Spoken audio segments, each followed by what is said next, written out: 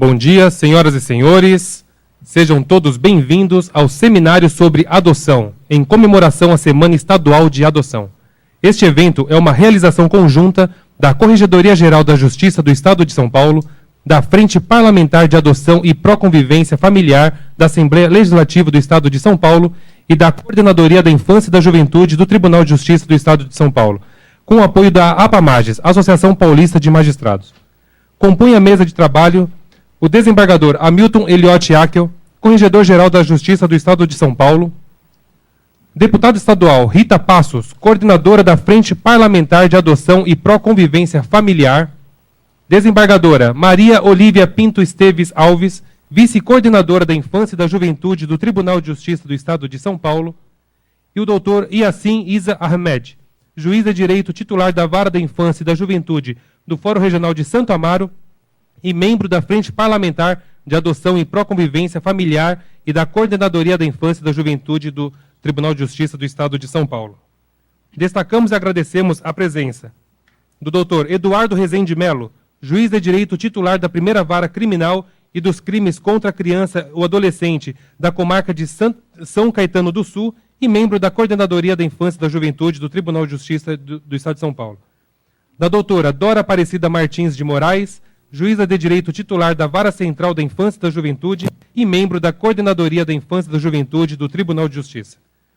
Dr. Paulo Roberto Fadiga César, juiz assessor da Corregedoria Geral da Justiça e membro da Coordenadoria da Infância e da Juventude do Tribunal de Justiça de São Paulo. Da doutora Mônica Natali, presidente da Associação dos Grupos de Apoio à Adoção do Estado de São Paulo e cofundadora do Grupo de Apoio à Adoção de São Paulo.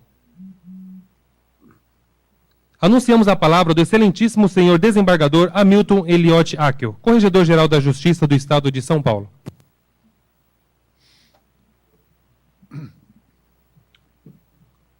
Eu dou as boas-vindas àqueles que aqui se encontram presentes e àqueles que estão nos assistindo à distância. Abre-se mais uma parceria, agora entre o Judiciário e a Assembleia Legislativa do Estado de São Paulo, através da sua coordenadoria, da sua Frente Parlamentar de Adoção e Proconvivência Familiar, que se encontra sob a entusiástica coordenação da deputada estadual Rita Passos. Abre-se a Semana Estadual da Adoção. A adoção é um problema, não é um problema, mas a adoção é um tema que nos aflige a todos. É uma questão que a Corregedoria Geral da Justiça, o Tribunal de Justiça, através da Corregedoria, acompanha com bastante atenção. E eu tenho certeza de que este evento marcará o início de uma profícua colaboração entre todas as forças vivas da comunidade, no sentido de encontrar formas de incentivo à adoção. Muitas vezes se tem acusado injustamente o poder judiciário de criar entraves à adoção. Eu me permito divergir dessa acusação, porquanto o que o judiciário faz é aplicar a lei, e o objetivo da lei, que muitas vezes pode parecer burocratizante demais, é garantir o direito da criança, do adolescente adotado. A Corregedoria tem sob a sua direção uma comissão denominada Comissão Estadual Judiciária de Adoção Internacional, cujo objetivo é habilitar pretendentes estrangeiros à adoção de crianças brasileiras após o atendimento de uma série de exigências. O objetivo dessas exigências, como eu disse, não é impedir nem dificultar a adoção, é sim cercar esse ato, que é um ato maravilhoso, de todas as garantias, tanto para os adotados, sujeitos de direito, quanto para os adotantes. Esse é o objetivo do Judiciário quando exige o cumprimento de alguns requisitos para deferir a adoção. Hoje nós vamos tomar contato com a visão de 3 dos mais ilustres juízes e varas da criança e adolescência de São Paulo, a doutora Dora Aparecida, que é titular da Vara Central da Infância. Ela já foi secretária da Comissão Estadual Judiciária de Adoção Internacional e conhece bem a questão e pode, inclusive, dar algumas informações na sua exposição a respeito do funcionamento da CEJAI.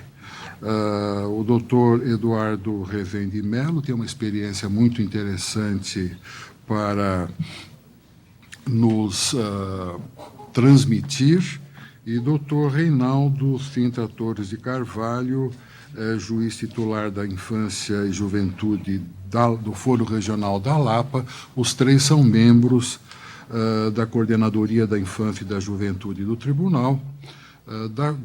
Dessa coordenadoria, a desembargadora Maria Olívia Pinto Esteves Alves é a vice-coordenadora.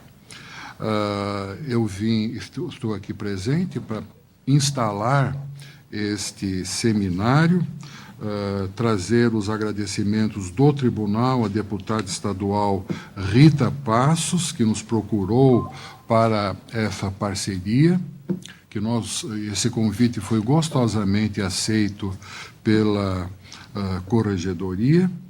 E, sem mais delongas, para que nós possamos cumprir o horário do seminário, eu transfiro a palavra à deputada estadual Rita Passos. Bom dia a todos e a todas. Quero, primeiramente, agradecer à Corregedoria Geral de Justiça, através do desembargador corregedor de Justiça, doutor Hamilton, uma pessoa que nos recebeu muito bem quando o procurei para que nós fizéssemos essa parceria. Quero também agradecer a Coordenadoria da Infância e Juventude do Tribunal de Justiça do Estado de São Paulo por esta realização deste evento em conjunto com a Frente Parlamentar de Adoção e Pró-Convivência Familiar. Quero agradecer também o apoio da PAMAGES e dizer que tem uma lei, já temos uma lei que é apresentada por mim, um projeto, hoje já é lei, que institui a Semana da Adoção. Nós entendemos que quando nós falamos em Semana da Adoção, nós temos mais liberdade e mais dias, né, mais flexibilidade de poder fazer algum movimento nesta semana. Quando nós temos apenas uma data como Dia Nacional, muitas vezes pode passar desapercebido ou então ter algum entrave naquela data e não ocorrer nenhum evento.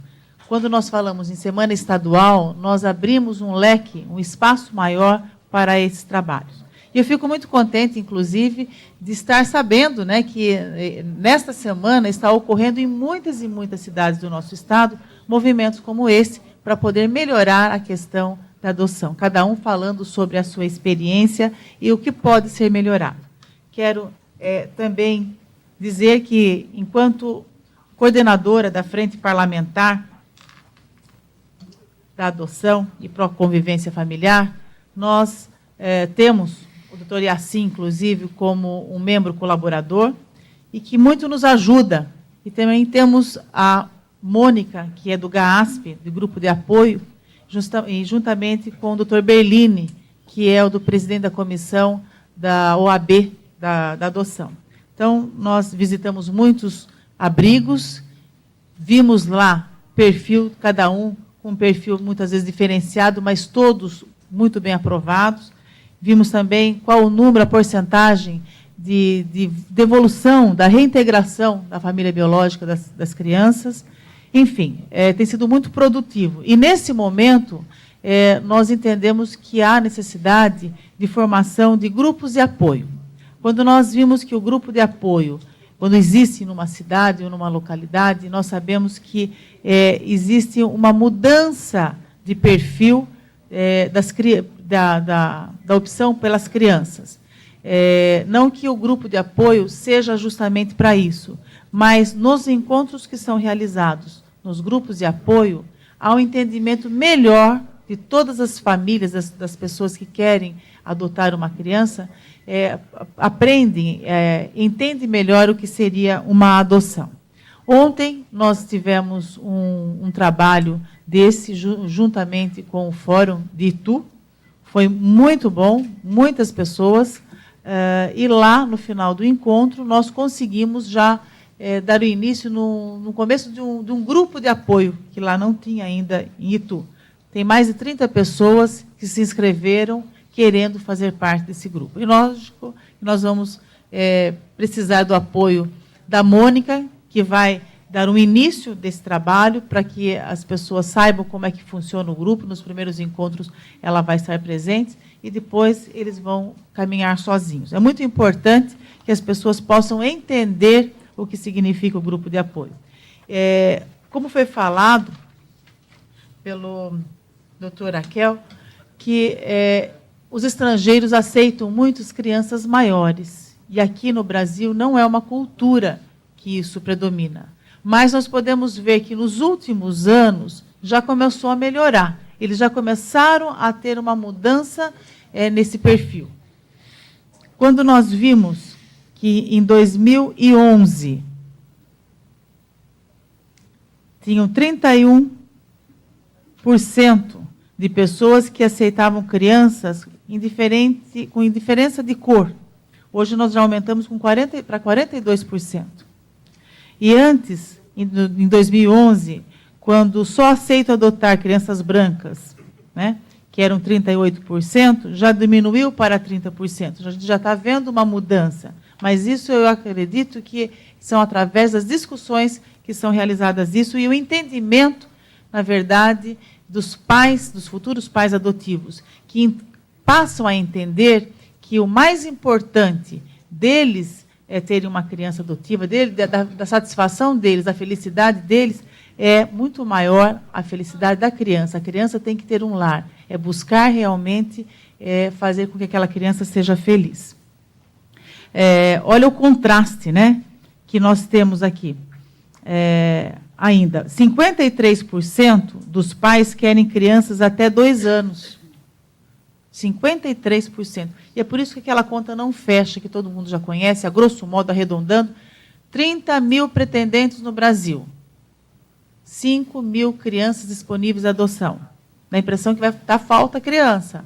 Mas é porque 53% dos pais querem crianças até 2 anos. 2% das crianças têm até 2 anos. Só 2%.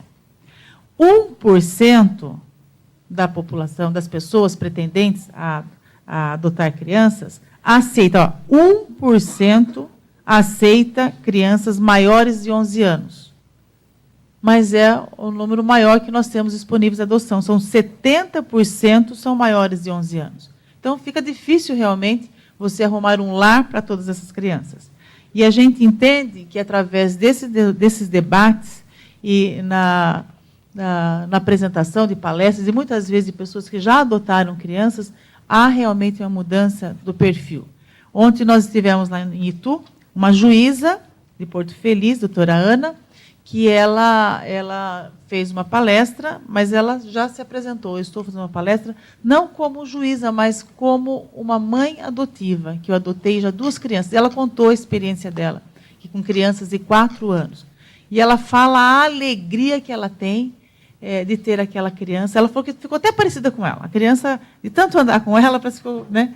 Então, é uma coisa muito interessante. E eu tenho certeza que tocou muitos corações ali de pessoas que pretendem adotar crianças. Tinha muitas famílias ali, muitos casais que queriam adotar crianças.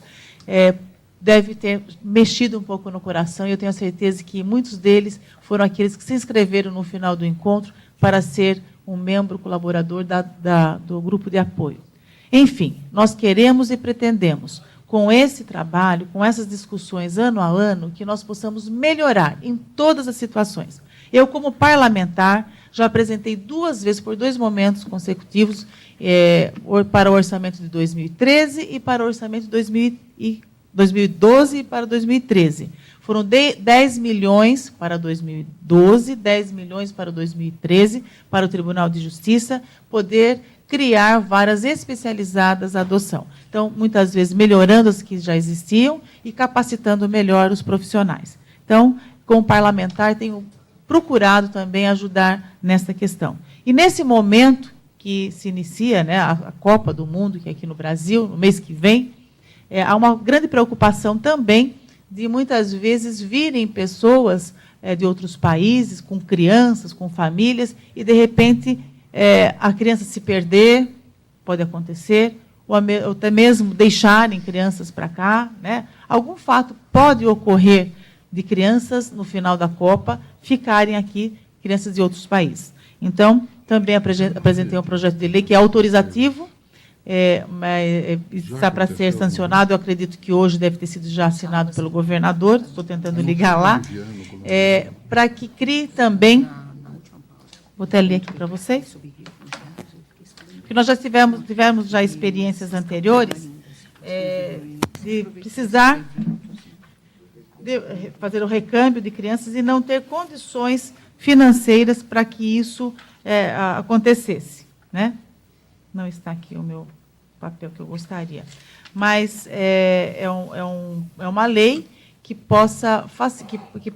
que o governo tem condições financeiras para poder fazer esse recâmbio das crianças de volta para o seu país de origem. Então, é uma outra maneira que a gente buscou para contribuir para a melhoria e para a segurança das crianças. Então, eu fico muito feliz de estar aqui. Quero agradecer imensamente a todos. Tenho a certeza que as palestras vão ser muito produtivas e quem nos assiste agora também vai tirar muito proveito desse nosso encontro, desse nosso seminário. Muito obrigada a todos. Fiquem com Deus. Obrigada.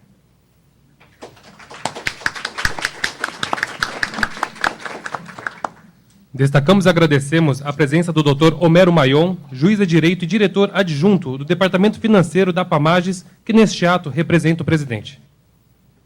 Solicitamos às autoridades da mesa que se coloquem nas primeiras fileiras do auditório e em breve retornaremos com o nosso seminário.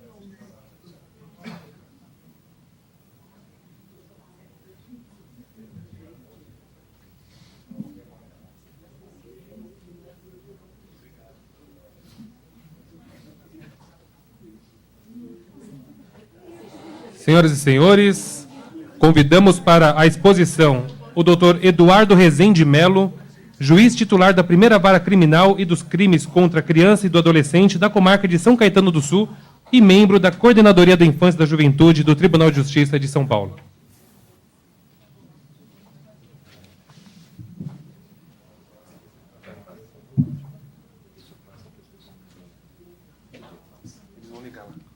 Bom dia a todos. Eu queria agradecer a oportunidade de poder participar desse importante evento e parabenizar a deputada Rita Passo pela iniciativa de provocar o tribunal para nós podermos nos encontrar para falar sobre o tema da adoção. Eu também sou pai adotivo, tenho 2 crianças, esse não é o meu tema, não vou fazer o depoimento como a colega de Itu, mas vou falar de uma ansiedade que toca muito os pais adotivos, que é efetivamente de poder chegar a esse encontro com a criança desejada.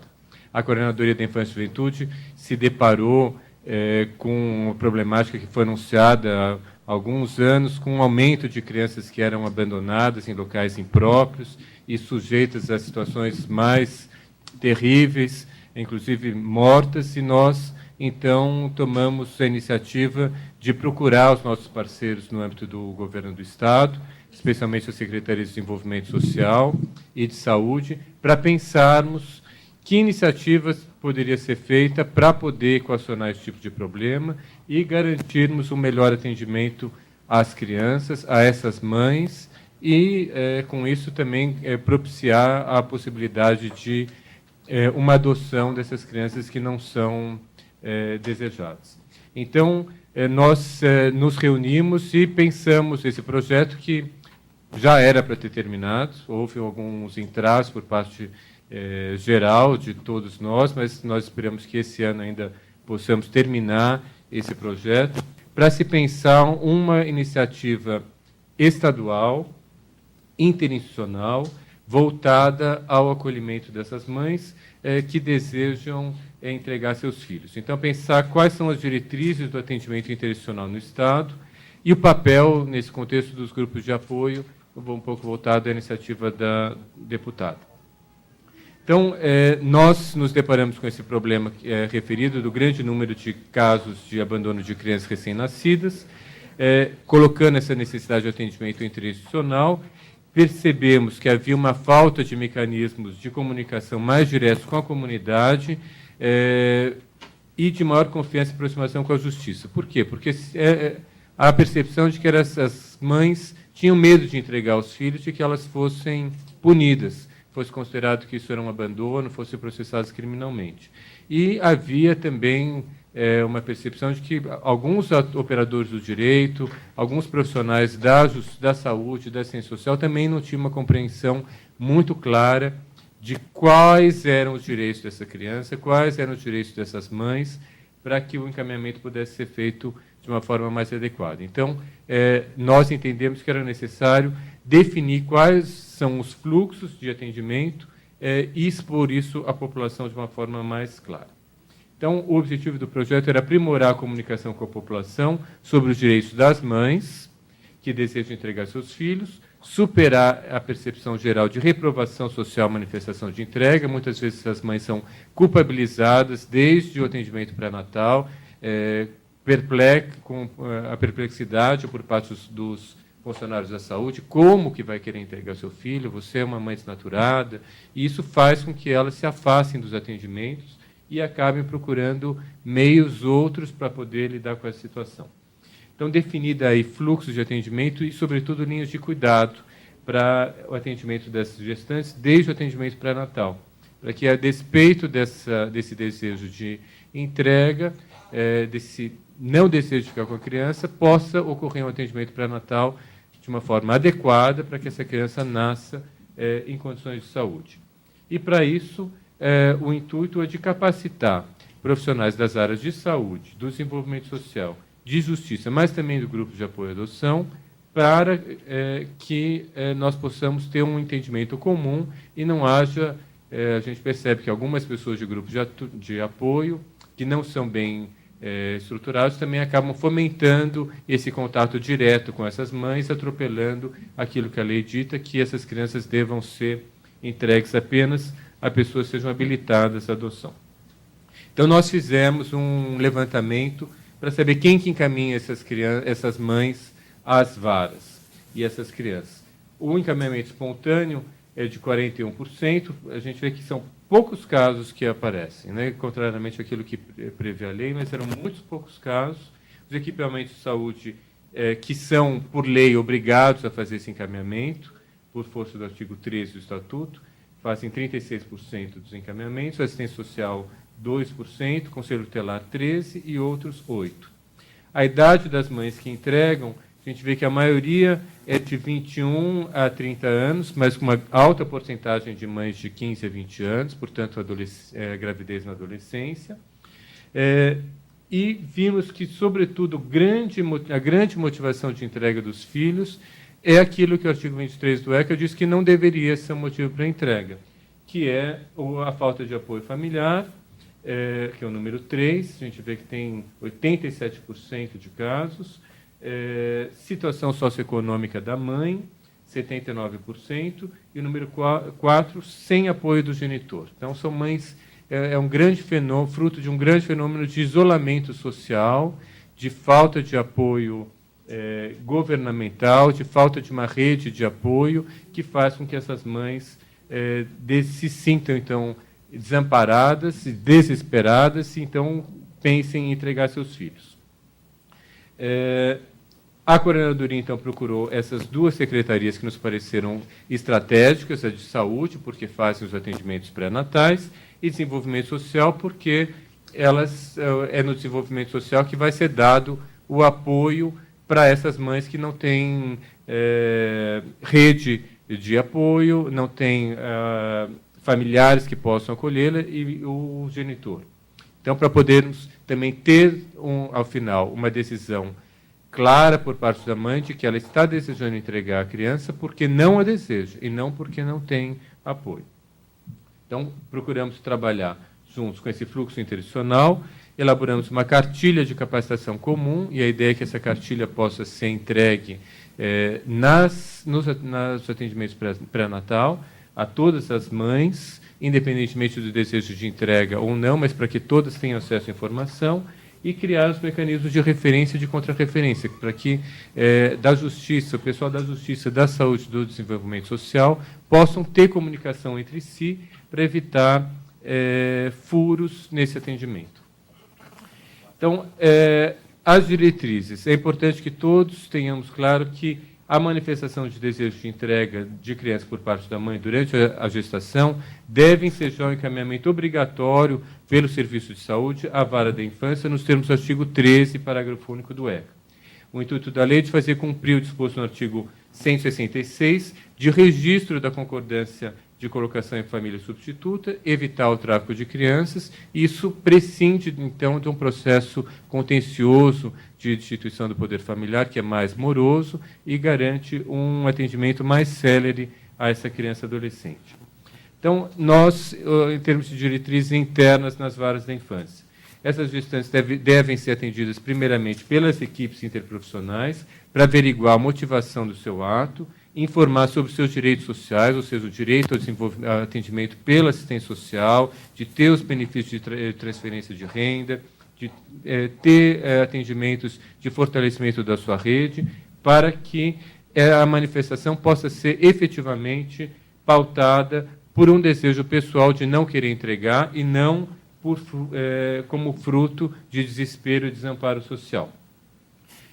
Como a criança tem o direito de permanecer com a sua família natural ou extensa, essa genitora tem que ser consultada se outras pessoas da sua família têm conhecimento dessa sua decisão e se elas desejam ou não permanecer com a criança, para que nós possamos envolver essa família extensa desde logo, ver se essa manifestação de entrega não é fruto de ideologia ou de convicções morais que façam que essa mãe pode ser uma mãe solteira, viva, por exemplo, uma família muito tradicional, que tenha convicções religiosas muito arraigadas, e ela se sinta, então, excluída da sua comunidade, tente ocultar essa gravidez. Isso pode ser trabalhado com apoio profissional para que essas diferenças culturais ou de convicções possam ser superadas e a dimensão humana dessa mãe e dessa criança por nascer possa vir à frente e permitir um acolhimento por parte dessa família. No entanto, nós entendemos que, caso essa mãe realmente não queira que a família seja constatada, esse desejo deve ser respeitado para que ela não seja recriminada e que nós não venhamos a perder essa mãe.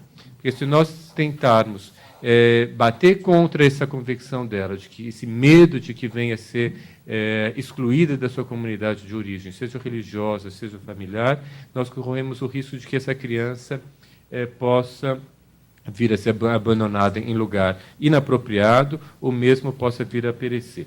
Então, é importante respeitar esse desejo da mãe. Aqui é o desafio dos juízes sempre de equacionamento de valores e de direitos, e, nesse caso, nós entendemos que o direito da criança de ter um atendimento adequado deve prevalecer e, caso a família extensa não seja contactada, enfim, a possibilidade de adoção. Se a gestante desejar, e isso é importante, essa parceria interestadual, para que ela se reflita em âmbito municipal, que as secretarias de Estado de Saúde e Desenvolvimento Social possam passar essas diretrizes para suas congêneres em âmbito local. Essa mãe deve ser encaminhada para o PAIF, que é o Programa de Atendimento Integral à Família, junto aos CRAS, para que possa ter esse suporte de fortalecimento da rede, os benefícios de transferência de renda. Caso ela necessite de atendimento psicológico, que os CAPs, que infelizmente são em pouco número no Estado, são os Centros de Atenção Psicossocial, possam dar um atendimento psicológico a ela, e caso não haja esse atendimento, eventualmente os CRAS possam suprir isso, ou, eventualmente, os próprios promotores de justiça sejam provocados a cobrar esse tipo de atendimento. No entanto, essa é uma oferta. É importante que as mães não sejam obrigadas a passar por esse atendimento, mas tenham garantido o direito a esse atendimento. Não havendo atendimento, ou sendo atendimento insuficiente, o promotor de justiça ou o defensor público, ambos, tanto ao Ministério Público como à Defensoria Pública, têm legitimidade para ajuizar a ação civil pública, eles devem ser provocados formalmente pelo Judiciário para que esses direitos sejam garantidos. É importante informar a genitora que, tão logo ela dê à luz, se persistir esse desejo de entrega da criança, ela terá que ser ouvida pelo juiz, deve ser nomeado um defensor público para ela, ou nos lugares onde não há defensoria pública, que um advogado conveniado da OAB possa acompanhá-la para formalizar sua vontade. Informá-la também de que, mantida essa decisão e essa intenção da coordenadoria, que essas crianças não sejam encaminhadas para o abrigo. Que elas possam, nós temos na nossa planilha de consulta aos pretendentes à adoção, um item que é justamente verificar que eles possam manifestar se aceitam crianças em situação jurídica indefinida. Então, aqueles casais ou aqueles pretendentes solteiros que aceitem essas crianças, que eles possam ser consultados, informando a situação de que essa mãe pode vir a mudar de opinião até a sentença transitar em julgado, e se eles aceitam ou não essa criança em situação jurídica indefinida, visando que essa criança possa ter um atendimento mais célere, melhor, por parte de pretendentes que estão habilitados. Portanto, esse é um temor que nós vemos nessas mães, de que as crianças elas não querem que essas crianças sejam institucionalizadas, e, por isso, isso acaba facilitando o tráfico de crianças, elas acabam procurando outras pessoas que se disponibilizem a ficar com elas, para evitar esse medo de institucionalização. Então, tendo essa informação de antemão, nós acreditamos que isso minimizará esse temor delas e diminuirá o número de crianças a serem abandonadas. Então, houve uma preocupação com os monitoramentos, né, acompanhamento dessa mãe, para que nós não tenhamos situações de risco. Então, ao fazer encaminhamento, solicitar o acompanhamento da gestante pelo Programa de Saúde da Família, que visita as casas com agentes comunitários de saúde, onde não houver esse programa. É importante que haja também a provocação do Ministério Público e da Defensoria Pública para que haja um atendimento maior. para que haja um apoio complementar durante a gestação, inclusive verificando se todo atendimento pré-natal não foi feito. E comunicar também ao Conselho Tutelar para monitorar, para um monitoramento complementar. Dando à luz, essa mãe chega à audiência. Então, com o parto, mantida a decisão dessa genitora de entregar a criança, o Serviço de Saúde deve encaminhar a genitora à vara da infância, e por isso a gente tem essa preocupação de que todos os profissionais da saúde saibam o que a Justiça vai fazer. Caso eles não saibam, a gente vê muita incompreensão, muita falta de informação por parte de enfermeiros, auxiliares de enfermagem, mesmo assistentes sociais, e um atendimento inadequado por parte deles, às vezes até intermediando contato com outras famílias. Então, tendo essa integração com a saúde nos pareceu fundamental em âmbito estadual, em todos os níveis, para que nós possamos aprimorar o atendimento. Então, e facilitar esse cumprimento legal. Ela tem que ser encaminhada à vara da infância com um relatório médico, tanto quanto possível, sobre o estado mental da genitora. Por quê? Porque há muitos casos de depressão pós-parto ou de depressão pelo estado puerperal que podem contaminar essa manifestação de vontade. Então, ela pode estar deprimida e isso motivá-la a querer entregar, mas isso pode reverter em pouco tempo se ela passar para o atendimento. Então, é importante que haja, por parte da saúde, essa participação dos profissionais da saúde mental e que isso faça parte do relatório que seja encaminhado para a Justiça, desde logo, facilitando um atendimento mais aprimorado por parte do juiz. Então, o juiz, contando com a participação do promotor de justiça, do defensor, deve ouvir essa genitora o mais rapidamente possível para acolher formalmente a sua manifestação de vontade, tanto quanto possível. Acho que nos lugares onde há gravação é importante se gravar, até por uma questão de garantia. Nós vamos orientar os juízes a informar essa mãe novamente sobre os direitos dela, os direitos sociais, de ter atendimento diante desse perfil que nós constatamos da motivação das mães de entrega. Novamente, o juiz fazer o papel que já foi feito por parte da equipe técnica, mas informar dos direitos aos benefícios de transferência de renda, às possibilidades de acolhimento da mãe com a criança em alguma instituição, à possibilidade de fortalecimento da sua rede, e se mesmo assim ela deseja entregar.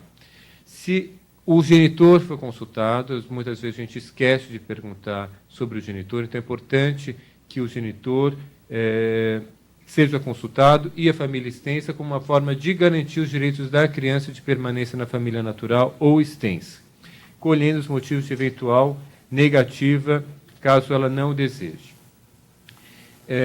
A genitora deve ser informada de que a criança será colocada sob os cuidados de um pretendente de adoção e, uma vez dada a sentença, a decisão dela é irreversível e que a entrega das crianças recém-nascidas pelas mães em contexto de segurança, seja no hospital, seja no serviço de acolhimento familiar ou institucional, seja na justiça, deve ser visto como um ato de cuidado, de amor, que, portanto, e de responsabilidade para com a mãe. A gente tem um livro importante de um membro desse grupo, que é da Tina, que é justamente sobre essa entrega das crianças para a mãe, do quanto essas mães também precisam de suporte.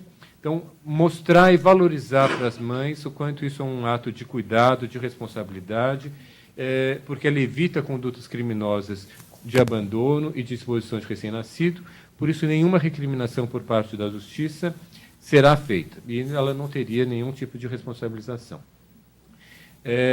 Nosso entendimento, como dito, é que essas crianças não devem ser acolhidas, então os pretendentes à adoção devem ser consultados, tanto quanto possível deve ser colhido isso em audiência. Eu acho que é importante que, perante o juiz, eles manifestem isso, junto com o advogado, seja gravada a concordância deles de que eles vão pegar essa criança, mas com a obrigação de devolvê-la caso a mãe mude de ideia, porque a mãe tem essa possibilidade de devolução até o trânsito julgado da sentença.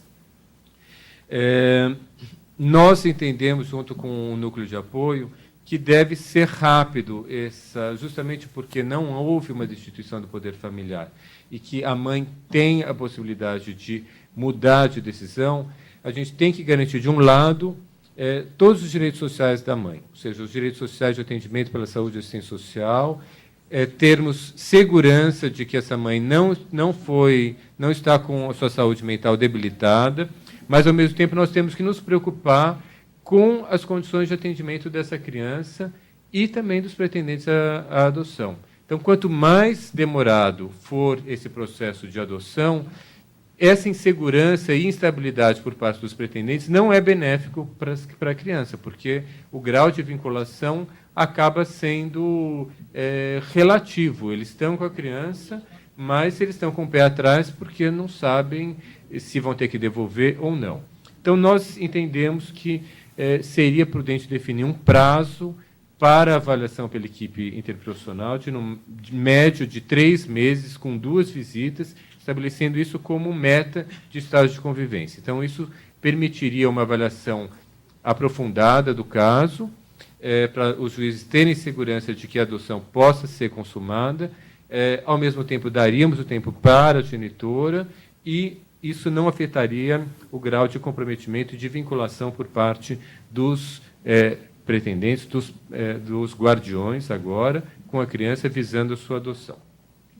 Essas foram as diretrizes. A gente entende que os grupos de apoio têm que ser igualmente envolvidos para que eles entendam como está sendo feito esse processo, estimulem, caso os pretendentes venham a tomar conhecimento de alguma mãe que esteja querendo adotar e entregar a criança, que ela seja encaminhada à vara da infância para garantir os seus direitos, inclusive para que eles possam ter certeza de que, ao ter a criança, essa criança teve todos os seus direitos garantidos. As crianças têm o direito a depois poder consultar o processo e é muito mais tranquilo para esses pretendentes poder saber que os seus filhos terão certeza de que eles, como pais, foram respeitadores dos seus direitos. Eles não tentaram furar a fila, não tentaram se valer de outros recursos. O amor não paga qualquer coisa.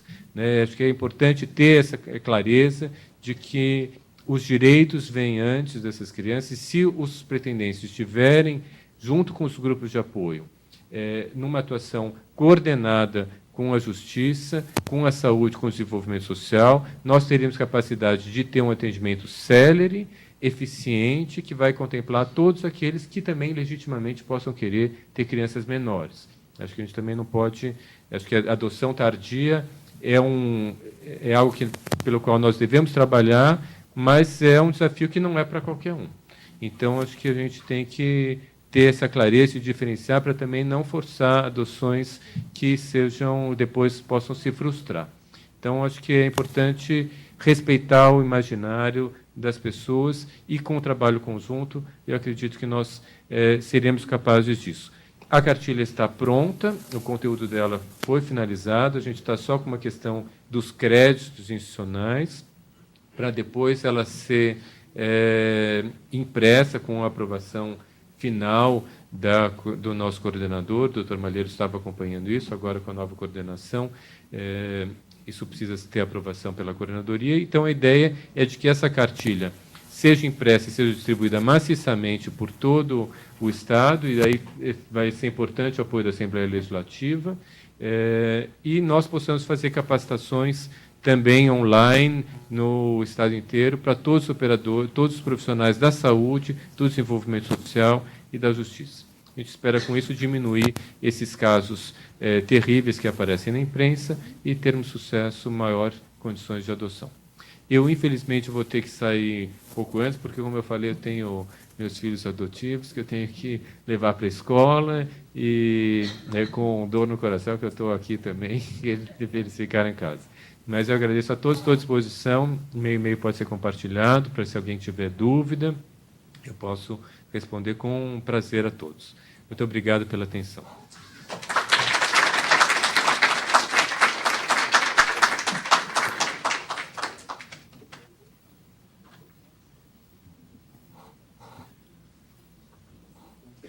convidamos para a exposição a doutora Dora Aparecida Martins de Moraes, juíza titular da Vara Central da Infância e da Juventude e membro da Coordenadoria da Infância e da Juventude do Tribunal de Justiça do Estado de São Paulo.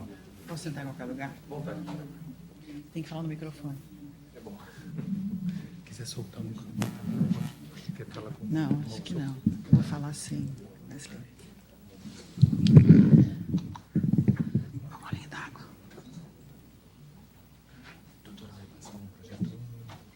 Não vou mais.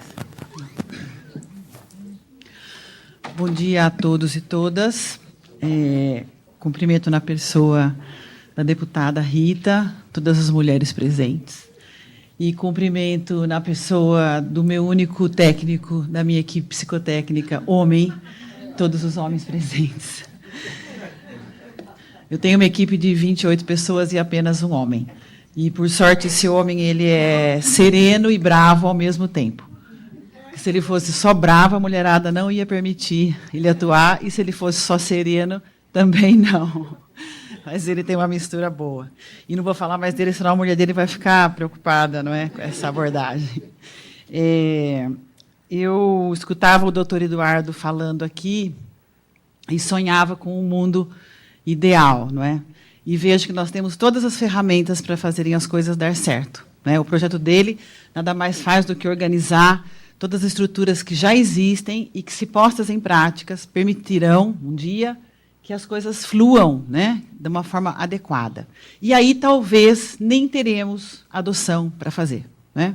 Porque se o Estado, se a sociedade conseguir se organizar de uma tal forma que mães não precisem abandonar seus filhos, adoção não haverá.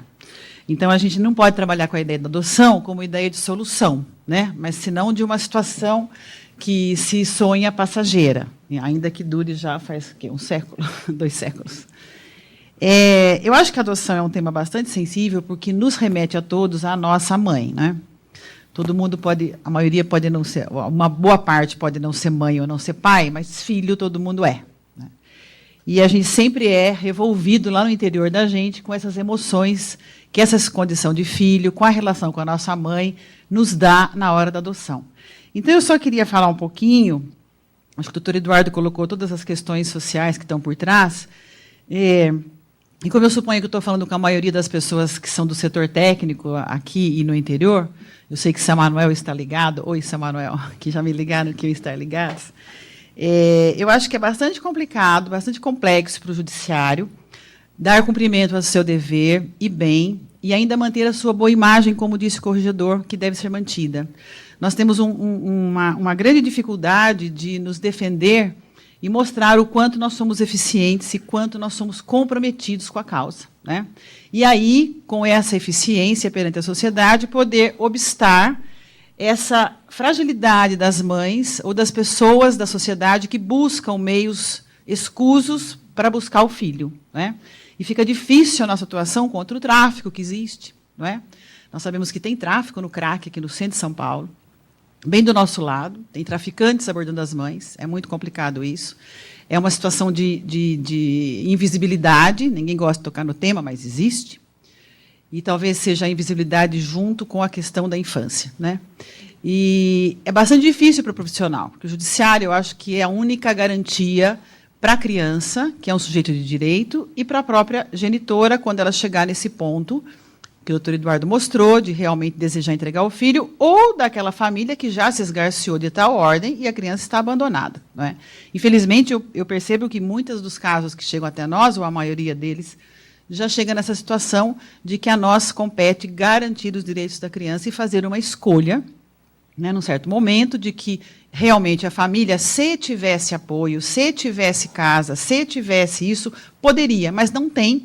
Então, não posso admitir que essa criança fique num acolhimento, aguardando que essa família, a longo prazo, que pode durar 20 anos, se recupere para essa criança ir para casa, né? Então, a gente tem uma realidade muito forte contra essa sensação de que seria o ideal esperar pela família. A família extensa, pelo menos eu estou falando a partir do ponto de vista que eu estou, que é o centro de São Paulo. O Brasil é muito grande, né? As cidades do interior, as coisas são mais fáceis de serem solucionadas, mas aqui, Quase sempre os casos que chegam até nós são casos já onde a família extensa, casos nos quais as famílias extensas já não existem mais, porque se existisse, se tivesse existido a contento, a situação não chegaria ao ponto que chegou. Agora, acredito muito que o judiciário precisa investir no seu potencial humano, não é? É um tema muito complexo, a questão de trabalhar com adoção e com as pessoas nesse estado limítrofe de não haver mais família, não haver mais estrutura afetiva, amorosa.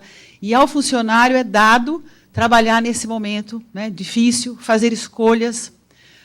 Talvez merecêssemos uma terapia para os funcionários, aí uma ajuda de custo, porque realmente é muito complexo. E uma coisa que eu acho extremamente grave e que a gente não pode abandonar, é que é bastante fácil para nós trabalharmos com a sensibilização para a adoção de bebês e crianças pequenas, né? A nossa grande demanda, como disse a deputada, são as crianças maiores, e há também uma invisibilidade grande sobre adolescentes que estão nos abrigos, que por conta do ECA dizer que temos que preparar os adolescentes para a autonomia, e a gente sempre pergunta quem que tem filho aqui com 18 anos autônomo, né? No que implique sair de casa, pagar aluguel, manter-se, estudar, trabalhar e ser feliz, não é? E não cair na droga, e não ir para o tráfico, por favor, não é?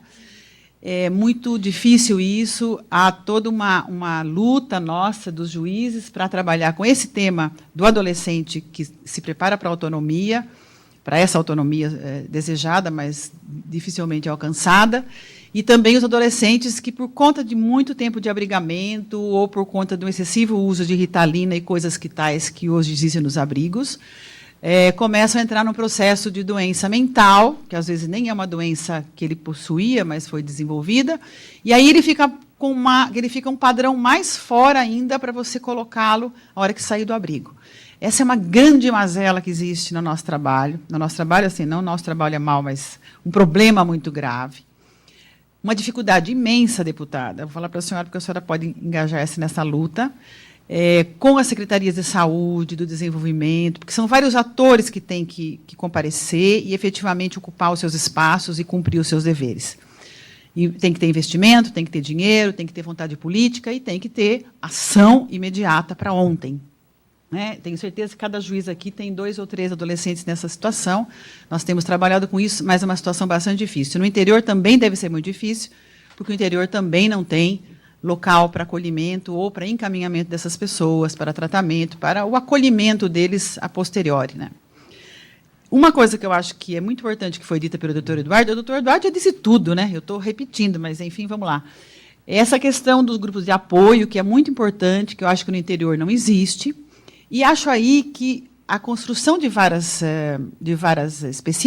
especializadas no interior, se não em toda a cidade, que não vamos trabalhar com um sonho muito, muito grande, mas em alguns polos do interior, seria muito importante, e você poderia gerar a disseminação desses grupos, né? E o judiciário tem um papel importante. Dia desses, nós fomos procurados por jornalistas, e ele me abordava no sentido de dizer, ele queria que eu afirmasse que o curso preparatório que obrigatoriamente as varas têm que dar, que não é um curso, é um encontro, que inicia o processo de preparação para o casal, o pretendente ser aprovado, ele queria saber se era uma prova de fogo, se era assim mesmo terrível.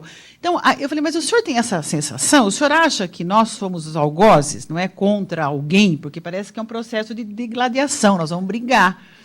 Eu falei, é um acolhimento, é uma recepção, e, obviamente, se houver pessoa equivocada, que ela se afaste. Mas ninguém aqui está, né, fazendo tiroteio contra ninguém. Interessante porque ele é um homem assim esclarecido, com bastante bagagem, e tinha essa percepção do judiciário. E aí conversamos bastante, e eu vi a importância. E o que nós tentamos fazer, e outros juízes também fazem, eu digo nós o judiciário, é essa abordagem de acolhimento para as pessoas que querem adotar. Né? Então, eu acho que esse preparo técnico do nosso conjunto de pessoas que trabalham é muito importante, porque nós somos a referência, nós somos o primeiro contato. Eu acho que a pessoa que se dispõe a adotar, esteja ela correta ou equivocada, porque há muitos equivocados, ela é muito ousada, ela vence muitos medos e preconceitos e muitos mitos. E ela chega ao judiciário. Então, a hora que ela bate na porta do judiciário, ela tem que ser muito bem acolhida, para ser recepcionada e aprovada, ou até para ser momentaneamente rejeitada, porque nós não julgamos a capacidade de ninguém de ser pai e mãe. Nós podemos dizer que, naquele momento, ele não está totalmente preparado. Né, e encaminhamos para os grupos de apoio, que aí sim tem que ser muito participativos e compreenderem a nossa atuação. E não trabalharem à látere, né, ou, como muitos fazem equivocadamente, prestigiando pais e mães que vão buscar por outras vias a criança e depois arranjam uma maneira de vir perante nós, depois de uns 2, 3 anos com a criança, né, com álbum de fotografia dessa grossura, vem tentar legitimar aquilo, e aí não nos é dado também afastar uma criança que está há 3 anos convivendo. Né?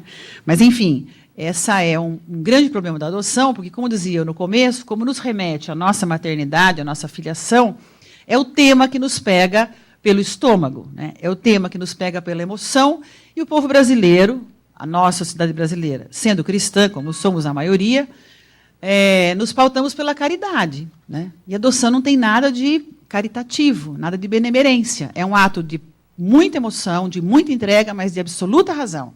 Porque uma adoção implica em gastar dinheiro e em enxergar o outro tal como ele é. Daí eu acho que a gente tem um grande papel de estimular a consciência da sociedade para as crianças maiores. Né? A gente já percebeu nos nossos encontros que aquela questão, o que é que o senhor quer? Aí eu aceito o branco e pardo. Aí você apresenta o pardo, ele fala, não pode ser mais claro? Um pardo mais clarinho? Ou seja, há uma dificuldade das pessoas trabalharem com as suas idealizações, né, de se enxergar na sociedade em que está e de perceber qual é, afinal, o desejo da adoção. Né? Para daí ter um filho que um dia foi adotado, mas que não é o adotado. Né? Eu faço uma adoção e tenho um filho. Né? Eu não tenho um filho adotado, eu tenho um filho. Então, isso parece simples de falar, mas é bastante complexo de sentir e fazer. Acho bastante grave essa dificuldade da nossa sociedade de perceber que a adoção é uma forma de formar uma família. Não é mais para nada. Não é para ser bonzinho, não é para ser magnânimo, não é para os amigos elogiarem você. E nós também, que trabalhamos nessa área, não podemos entrar nessa demanda psíquica de achar que nós somos diferentes. Né? Nós somos diferentes porque nós somos meio esquecidos até, às vezes, né, do judiciário. Assim. Parece que a gente é uma coisa menor, mas hoje está mudando. Por isso que nós estamos até aqui numa semana, por isso que hoje temos CNJ fazendo cadastro, fazendo cartilha, não é? O nosso doutor aqui está na frente parlamentar, quer dizer, eu acho que mudou, nós estamos em bons tempos. Mas ainda recai sobre nós essa sensação de que nós carregamos o piano, ninguém sabe que nós somos maravilhosos, porque nós ajudamos criancinhas. Então, nós também temos que fazer uma meia-culpa de dizer, olha, nós temos muito por fazer, né? Nós precisamos nos aprimorar cada vez mais e afastarmos de nós essa sensação que nós somos especiais. E exigir que sejamos especializados, o que é diferente. Então, acho bastante assim, ampla esse tema. Acho importantíssimo fazer uma semana, quem sabe um mês, né, deputada? E irmos para o Brasil afora discutindo isso, acho muito interessante.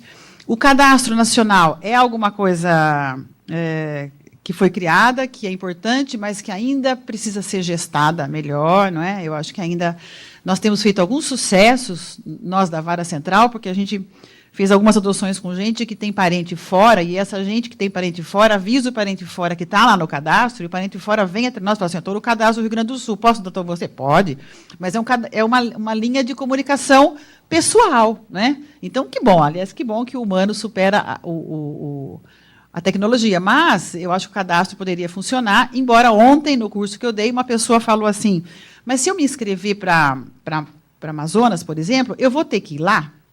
Eu vou ter que ficar lá? Como que é isso? E como que é isso nesse país tão imenso? Né? Como que é isso? Você vou mandar a criança para lá?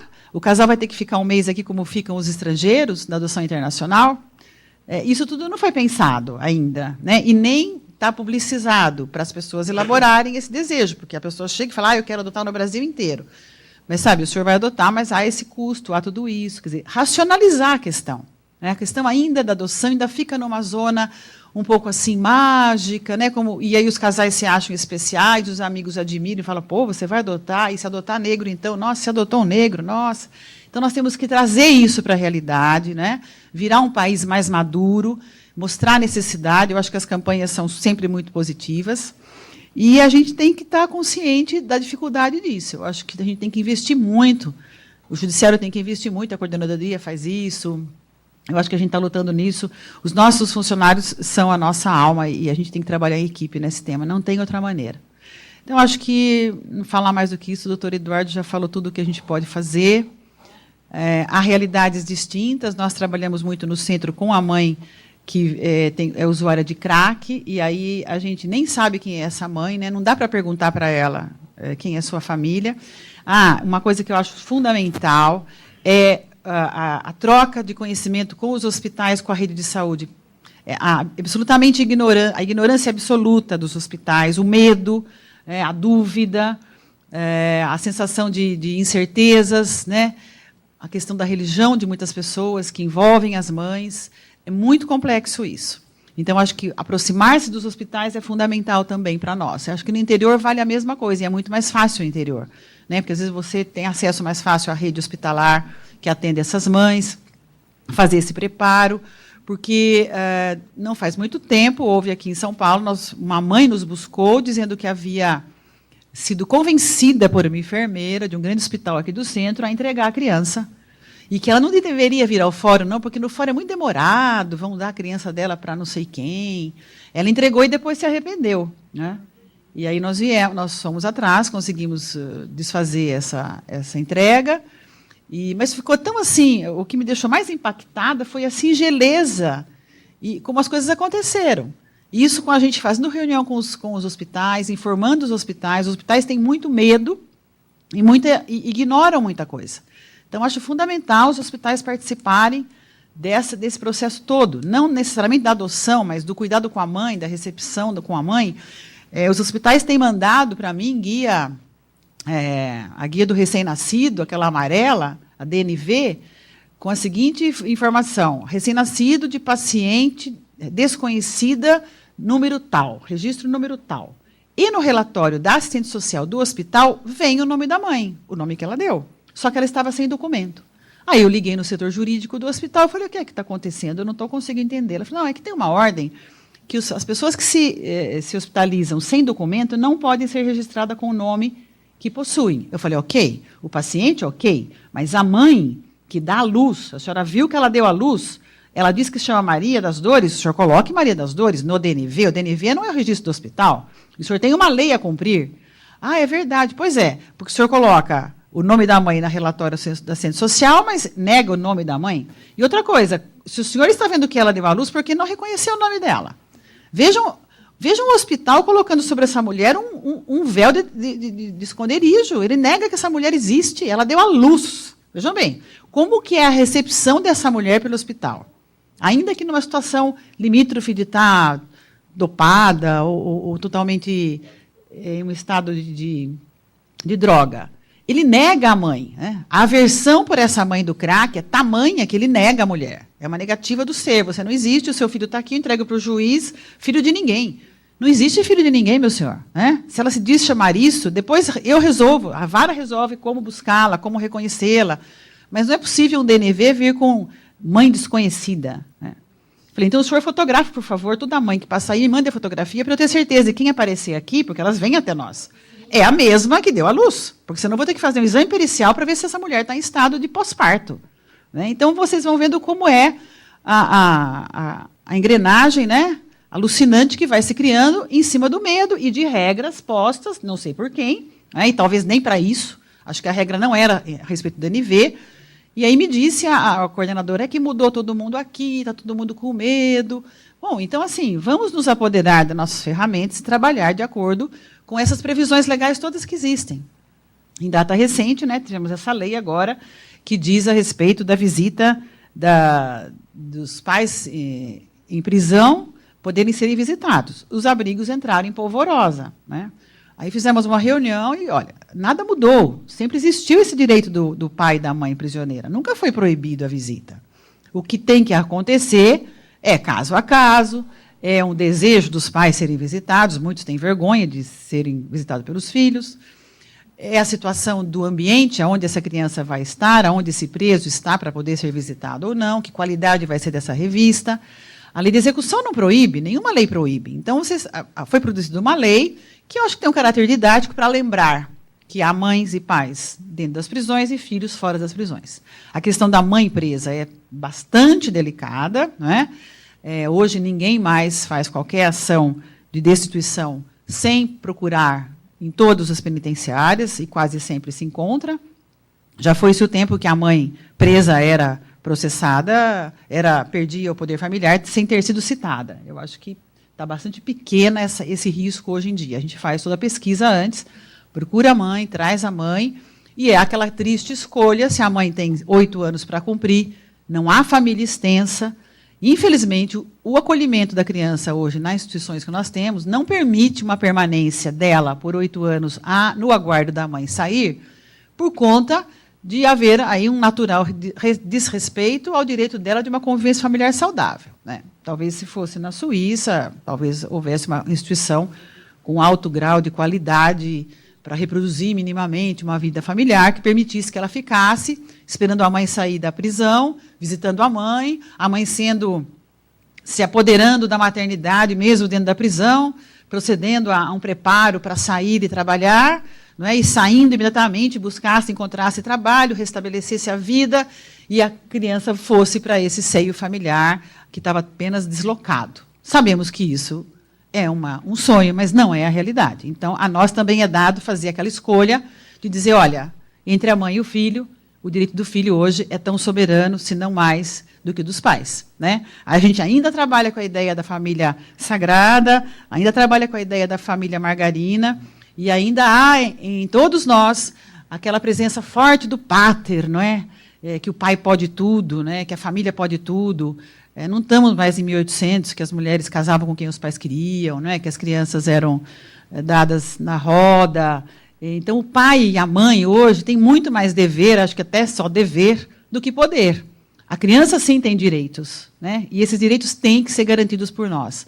Por isso que eu acho que é muito delicada a nossa situação, porque a gente trabalha com emoções, né, com uma realidade social complexa, frágil, e a gente tem que fazer escolhas. E dormir tranquila, depois pôr a cabeça no travesseiro em paz. Era isso. Obrigada.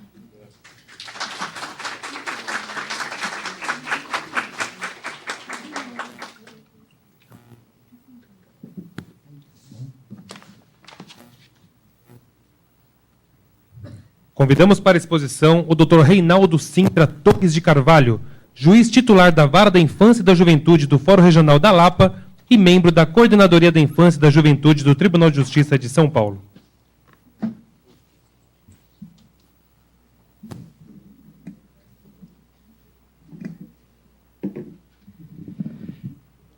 Bom dia a todos e a todas. É um grande prazer estar presente nesse evento aqui, onde se discute a problemática da adoção, né? Eu gostaria de cumprimentar a todos, na pessoa da deputada e da desembargadora Maria Olívia, que representam bem o Poder Judiciário e o Poder Legislativo em tudo que se refere à infância e juventude. Queria ressaltar aqui a presença também da Mônica, que é presidente do grupo da Associação Estadual, né, dos Grupos de Apoio à Adoção, que vem prestando um grande serviço para essa causa e uma grande parceira do Poder Judiciário. Queria dizer que a opção de falar em último lugar, ela tem lado bom e lado ruim, né? O lado bom é que o tempo é sempre curto, porque as pessoas tendem a se estender. E o lado ruim é quando os oradores anteriores são muito bons e a gente fica sem assunto para falar posteriormente, né? Eu estou nessa segunda situação hoje, porque é muito difícil acrescentar alguma coisa ao que foi dito pelo Eduardo e pela doutora Dora.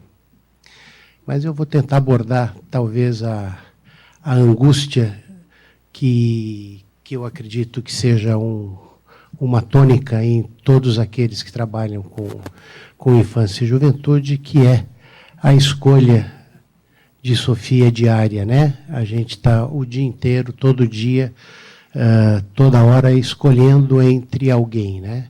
A gente escolhe entre a mãe E a criança, a gente escolhe entre a família biológica e a família extensa, a gente escolhe,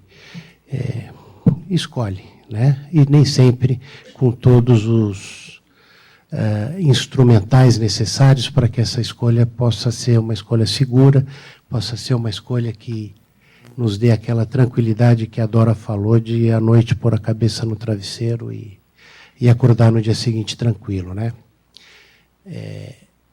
Não é desconhecido de ninguém a massa de trabalho, né, que acolhe a Vara da Infância e Juventude, que são pessoas normalmente de renda baixa, são pessoas normalmente, eu não vou dizer abandonadas ou esquecidas, mas muito pouco cuidadas pelo Estado, né? São pessoas que normalmente residem em locais inapropriados, são pessoas que normalmente têm um emprego não registrado ou um emprego que lhe dê condições de promover a manutenção de seus filhos e de si próprio, né? São pessoas que muitas vezes ou normalmente não tiveram um acesso à educação da forma como deveriam ter, né? São analfabetos, semi-analfabetos, analfabetos funcionais e que tentam tocar a vida do jeito que lhes é permitido, né? Tendo que andar quilômetros quando os motoristas de ônibus resolvem não trabalhar, brigando internamente dentro do sindicato. São eles que saem, no meu caso, da Vila Brasilândia e vêm até o centro da cidade a pé, porque não tem outra forma de chegar aqui a não ser através do ônibus, né? E quando ele não existe, o emprego, a necessidade do trabalho é tão grande que são horas de deslocamento pela cidade para poder tentar não perder o seu emprego, né?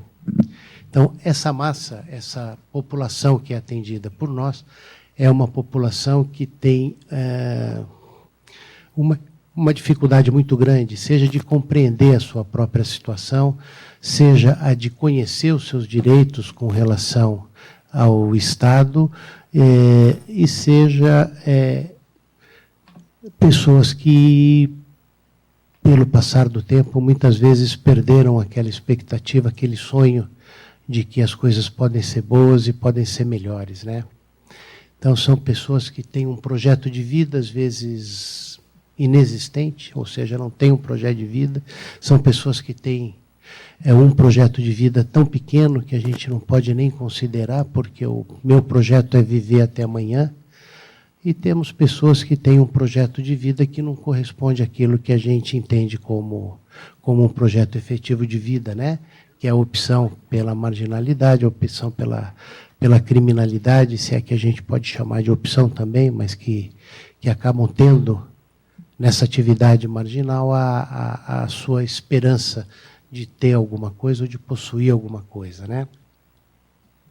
Então, quando a gente fala em semana de adoção ou em adoção, ou nas leis que protegem o Instituto da Adoção, a gente sempre imagina que a vida no dia a dia, que a vida da Vara da Infância e Juventude é uma vida pautada por casos de violência sexual, por casos de abandonos absolutamente desumanos, situações de violência física indesculpáveis, né? Mas essa, graças a Deus, acaba sendo ainda a exceção, né? O que nós temos dentro da Vara da Infância e Juventude são famílias que não conseguem se cuidar e não conseguem cuidar, obviamente, da prole, são pessoas que não têm consciência daquilo que é ser mãe ou do que é ser pai, normalmente mãe, porque também, né, nas varas da infância, as famílias são monoparentais, né? Normalmente é só a mãe que existe e que tenta aí, como uma leoa, cuidar da casa, da prole, do trabalho, e nem sempre consegue, né? Então, o que existe é a ideia de que a Vara da Infância trabalha com aberrações, né? Com pais absolutamente psicopatas ou malucos ou o que é que seja, quando na realidade a gente tem uma massa muito grande de pessoas que foram descuidadas e que não conseguem cuidar dos seus filhos. São pessoas que foram abandonadas e que só aprenderam a ideia do abandono e acabam abandonando também a sua prole, repetindo aquilo que aprenderam. Isso faz com que a vara da infância, né, o nosso trabalho, ele seja muito questionado, muito colocado em xeque, porque as pessoas falam, puxa vida, ontem saiu na Bandeirantes, não sei se alguém assistiu, no jornal das 7 horas ou 7 alguma coisa, falando que tem 45 mil crianças acolhidas, né, no Brasil, e que são números astronômicos, né? E quem quer constituir uma família, quem quer ser pai e mãe, olha um número desse e fala que incompetência do Estado, né? Que judiciário é esse que com tanta criança acolhida a gente não consegue adotar? Imaginando que os 45 mil que estão dentro dos abrigos são todos eles, né? Foram todos eles abandonados em caçamba e lata de lixo, todos eles foram abusados sexualmente pelos pais, pelos avós ou pelos irmãos, todos eles foram agredidos fisicamente, quase até a morte, né? E salvos por algum vizinho heróico que chamou a polícia. Quando a realidade é outra. A grande massa, a grande quantidade de crianças e adolescentes que estão nos abrigos são crianças e adolescentes que estão lá por absoluta impossibilidade da família de cuidar deles. Não são crianças e adolescentes que precisam necessariamente serem arrancados, serem retirados das suas famílias para serem colocados em outras famílias. São crianças e adolescentes que estão, como determina a lei, provisoriamente dentro de uma instituição, dentro de um acolhimento, para que se possa tentar reorganizar ou rearranjar aquela família para que aquela criança possa retornar para sua casa.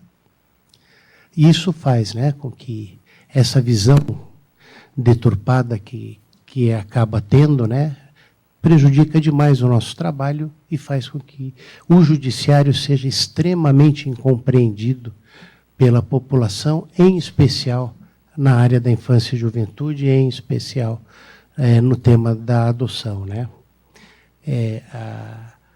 A visão comum que se tem do trabalho da Vara da Infância e Juventude é a visão de que a criança chega, o adolescente chega e ele está pronto para ser adotado.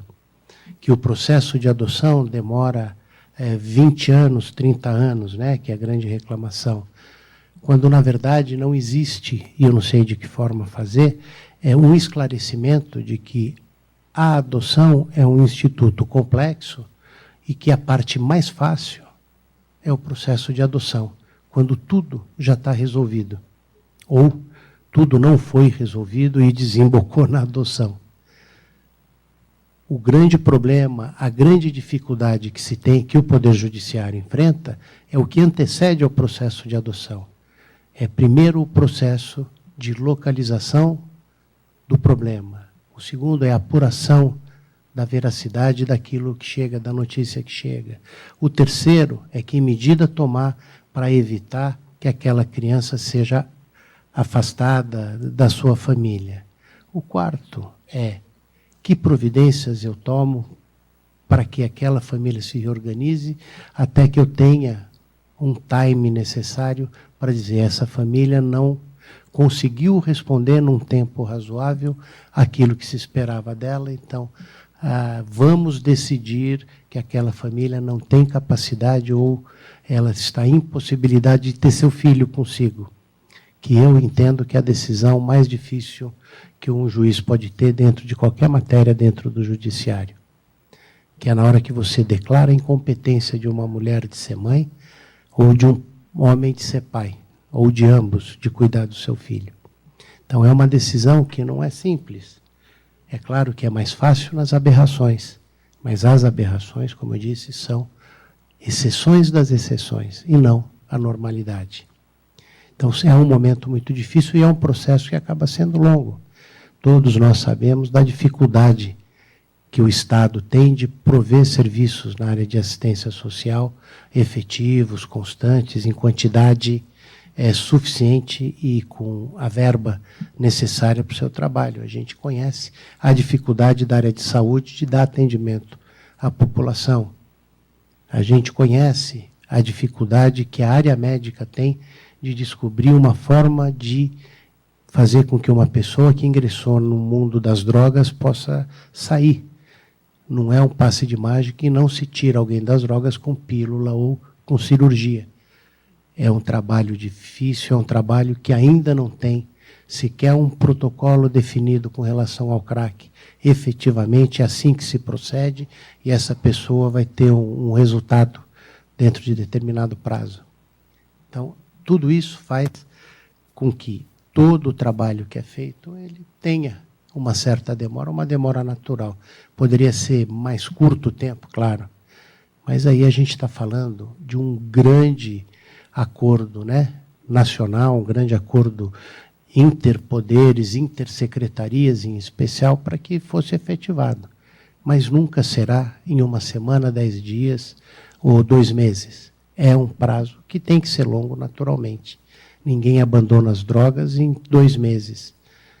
Ninguém abandona o álcool em 3 meses. Ninguém arruma uma casa para morar numa cidade, dando exemplo aqui da capital, em menos de 3, 4 anos. O déficit de habitação é conhecido de todos, né? A população está na rua, está morando em invasões, em condições subhumanas, e o Estado, por mais que ele queira fazer, ele não vai resolver isso em curto prazo. É um problema histórico. Vaga em creche é um problema histórico, são 150 mil vagas a menos, né, para a população, e que acompanhar o crescimento para manter esse número já é difícil, quanto mais diminuir esse número, né? Não temos nem professores e cuidadores em número suficiente para, se abrirmos as vagas, não temos como cuidar das crianças dentro dos estabelecimentos. Então, é isso que eu acho que é necessário, né? É necessário que o Instituto da Adoção, que o trabalho da Vara da Infância e Juventude, ele seja mais compreendido, ele tenha... a população consiga perceber que as coisas não são matemáticas. A gente não trabalha, como na maioria das matérias, né, para saber se os juros é de 6% ou de 12%, se a data inicial da correção monetária é a data do fato, é a data da Constituição e mora. A gente não está analisando se a cláusula é abusiva ou não abusiva. A gente não está dizendo que aquela pessoa matou ou não matou. A gente está trabalhando numa perspectiva de correção de desvios existentes na sociedade. A gente trabalha com prognóstico e não com diagnóstico. A gente trabalha olhando e acreditando que as coisas possam ser alteradas e possam ser melhoradas, o que nos diferencia, não torna melhor nem pior do que as outras áreas do direito, mas nos diferencia do trabalho que é feito dentro do Poder Judiciário. Só que isso, infelizmente, não chega à população. O que chega à população é a incompetência do Judiciário, quando um menino no Rio Grande do Sul, que não sei em que condições teria procurado a ajuda do Estado, do Poder Judiciário, não recebeu e ele foi assassinado. É uma dupla de irmãos que, numa cidade da Grande São Paulo, fugiu de casa e o Conselho Tutelar fez com que eles voltassem para a casa da sua família, eles foram assassinados e a culpa é do Judiciário e é do Conselho Tutelar. Agora, não é esse o dia a dia, né? Eu acho que erros existem, que dificuldades existem, mas o que nós não podemos e que é necessário, eu acredito, para solucionar no final da conta o problema da adoção é o trabalho da Vara da Infância e Juventude, ele não se resume às aberrações. As crianças que existem, que são por nós cuidadas, não são frutos de atos absolutamente raros ou excepcionais.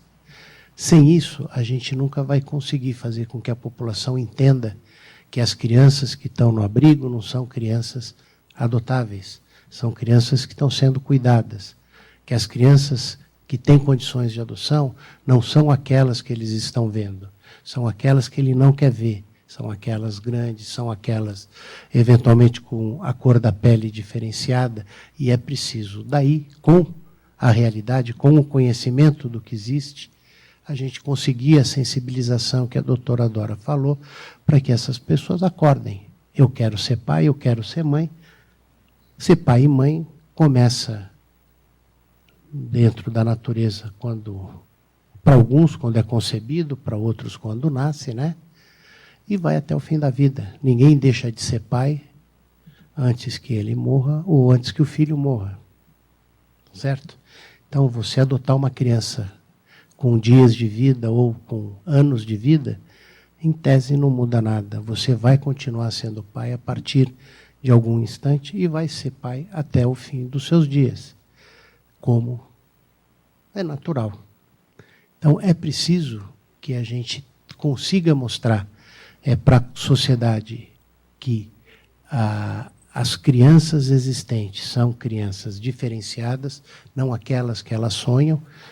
A maternidade não é um fato que necessariamente começa com o parto, mas é alguma coisa que é interiorizada e que ela vai exercer durante a vida inteira. A mesma coisa a paternidade, para que a gente tenha uma amplitude da vontade ou da aceitação das crianças que existem para serem adotadas.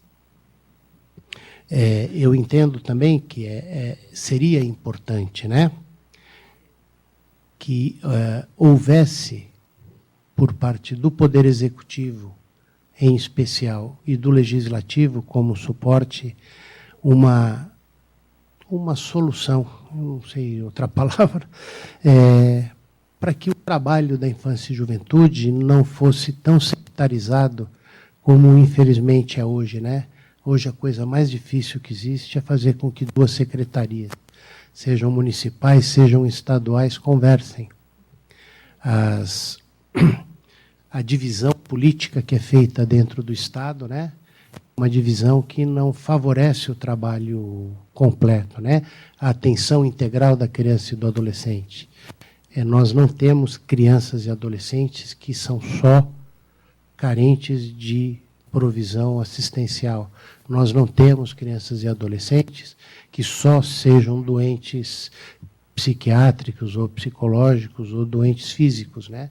Nós temos crianças que têm, adolescentes que têm problemas sociais e problemas de saúde, que têm problemas de moradia e que precisam ser atendidas no seu contexto, e não uma secretaria jogando para outra: isso não é meu, isso é seu, isso eu faço, isso eu não faço. E a criança que tem, eventualmente, duas necessidades, ela não é atendida por ninguém. Então, uma criança que esteja no abrigo e que tenha um sofrimento mental, ela ou continua no abrigo sem atendimento médico, sem a especialização do atendimento dentro da entidade, porque o abrigo não pode contratar um enfermeiro, é proibido, né? Porque a área de saúde ele é só serviço social, não existe equipamento de saúde para receber uma criança que tenha uma necessidade especial, e aquela criança, então, fica sem atendimento. Ela vai ser a famosa Pamela, como muitas Pamelas que existem, né? Nessa capital, conhecida aí dos mais antigos, né? Que é um caso emblemático dentro do Poder Judiciário, do qual, infelizmente, eu fui o juiz que cuidou daquele processo. E então a gente precisa descobrir forma de atender a criança e o adolescente de uma forma integral, para que a gente não fique jogando de um lado para o outro a solução que é de todos nós e não desse ou daquele, né? Ou a gente muda essa perspectiva, a gente faz um trabalho, né, intersecretarial, qualquer coisa, ou a gente vai estar sempre correndo atrás do nada. Porque quando a gente consegue o atendimento de saúde, a gente perde o acolhimento, ou perde o trabalho social. E quando a gente mantém o social, a gente não consegue o trabalho da saúde. Eu falei esse monte de coisa, que mais comum um desabafo, talvez, né? Porque eu acho que o grande problema que nós temos hoje na área da infância e juventude não é só a falta de equipe técnica, não é só a falta de varas especializadas, não é só má vontade de alguns juízes. Eu acho que é um problema maior, é um problema da falta de compreensão do que é o trabalho da infância e juventude.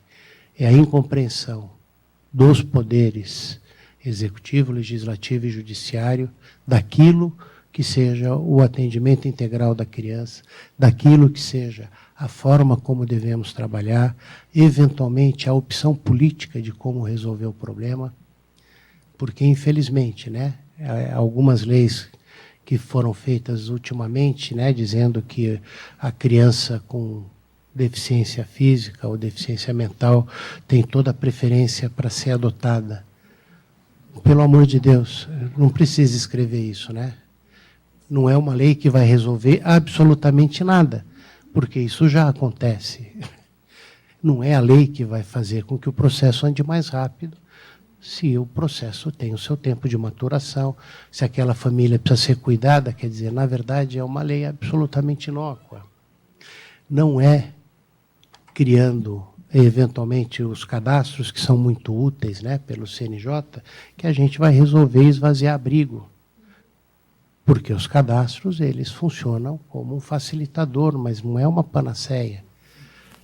É a velha história, que adianta ser um cadastro nacional se para que eu vá buscar uma criança em Manaus eu tenha que ser de classe média alta, porque eu tenho que pagar passagem de avião, eu tenho que pagar hospedagem, pelo menos alguns dias em Manaus para conhecer a criança, para ser avaliado pelo setor técnico. Então, você já elimina pelo menos 80% quase do que existe de pretendentes à adoção. Então, é uma ferramenta muito útil, muito bacana, que vai atender no máximo 20% dos pretendentes. Os 80%, a grande massa, continua alijada. Não porque ela não tenha vontade de ir para Manaus, mas que ela não pode. Não se definiu em lei quem vai cuidar depois do processo de adoção, como foi lembrado pela Dora. Ele vai correr em Manaus ou ele vai correr em São Paulo? A criança vai sair de Manaus e vem para cá ou não? Isso a lei não falou. Se eu tiver que ficar em Manaus pelo menos 30 dias como adoção nacional e não for um funcionário público ou numa empresa que tem uma boa vontade absurda, eu não vou poder, mesmo que eu queira aquela criança. Eu não tenho condições de ficar sem perder o meu emprego, deixando de cuidar da minha empresa, do meu trabalho ou qualquer coisa. Então, são soluções absolutamente românticas e que não trazem a solução, a grande verve, né? O grande momento, né? O turning point para o problema da adoção. É preciso que se faça, talvez, uma opção política como solução. A opção política do Brasil é a mesma opção política dos Estados Unidos, por exemplo. É a mesma opção política da Alemanha ou de qualquer outro lugar. Em alguns lugares é impossível praticamente se adotar uma criança, porque se dá uma preferência absurda aos vínculos sanguíneos. Em outros lugares, o vínculo sanguíneo é absolutamente desconsiderado praticamente e se dá o interesse único e exclusivo da criança ou do que se entende que possa ser da criança. Aí fica fácil. Se eu fizer uma opção de que o vínculo sanguíneo ou a família não tem nenhum direito sobreposto, é superior a ninguém, eu coloco um prazo que não visitou no abrigo, eu coloco em adoção automaticamente, porque está caracterizado o abandono. Eu não vou falar em trabalho com as famílias, ou eu vou falar, não, vamos trabalhar com a família e as crianças vão permanecer cuidadas e acolhidas até que um dia elas façam 18 anos ou a família tenha condições de receber. Mas aí é uma opção política, é uma opção que eu posso fazer uma legislação que atenda aos interesses, que eu possa levar num sentido ou no outro. Agora, enquanto nós aqui fazemos a opção da prioridade absoluta da criança e do adolescente, não cumprimos isso. Nós dizemos que ela tem o direito à convivência familiar, mas ao mesmo tempo não facilitamos essa convivência, seja por incapacidade nossa, nosso Estado, de cuidar das famílias para que elas possam cuidar dos filhos, seja porque a gente tem um processo absolutamente demorado em termos de conclusão para que aquela criança possa ir para adoção ou não. Essa resolução do CNJ, né, que fala nos prazos, a Lei 12.010, é muito bacana, né? Agora, eu quero saber em que estado, né? Em especial os estados menos desenvolvidos, qual o prazo que se demora para cumprir uma carta precatória? Não por má vontade, mas porque não tem condição. É 6 meses, 1 ano. Se eu tenho 120 dias para acabar o processo, nem a precatória foi cumprida, eu tenho que julgar o processo. Quer dizer, eu não citei aquela família. Então, veja, eu acho que talvez essa opção, que eu acho que é política mesmo, uma opção da sociedade, vai ser difícil a gente fazer uma lei, porque ao mesmo tempo que eu garanto o direito da genitora ou do genitor de ser citado para acompanhar o processo, eu demoro pelo menos 3, 4 meses para tentar saber onde está esse pai e essa mãe. Para saber se ele vai querer se defender, para saber esse tipo de coisa. Então, eu acho que o problema da adoção, ele extrapola esse tipo de divisão, né? Vamos fazer, a culpa é do judiciário, a culpa é do cadastro, a culpa é da Secretaria de Saúde, a culpa é da Secretaria de Habitação, a culpa é de todos nós, né? Eu acredito que se a gente conseguir demonstrar o trabalho que é feito com a infância e juventude dentro do judiciário, se a gente fizer uma opção política, e não defendo aqui nenhum lado, mas é uma opção que tem que ser feita, e acho que é a competência do legislador de fazer essa opção, né? A gente vai conseguir, de uma forma ou de outra, pelo menos, melhorar significativamente o processo de adoção. Mas, advogando em causa própria, né, Dora? Eu acho que é importante que a gente conseguisse mostrar o trabalho da infância e juventude dentro do judiciário, as suas dificuldades, as suas mazelas. Porque nós somos julgados, nós somos desrespeitados, muitas vezes, pelas exceções e não pelo dia a dia, né? A gente não faz lei pelas exceções, né? Todas as que fizemos deu problema, né? Crime hediondo e uma série de outras aí, leis passionais, leis que esqueceram que a gente legisla e a gente faz pela média e não pela exceção, né? A gente cuida daquilo que acontece e não daquilo que eventualmente possa acontecer. Bom, peço desculpas aqui pelo desabafo, agradeço a atenção e cumprimento mais uma vez a deputada Rita aí pelo excelente trabalho que faz na área da infância e juventude. Obrigado.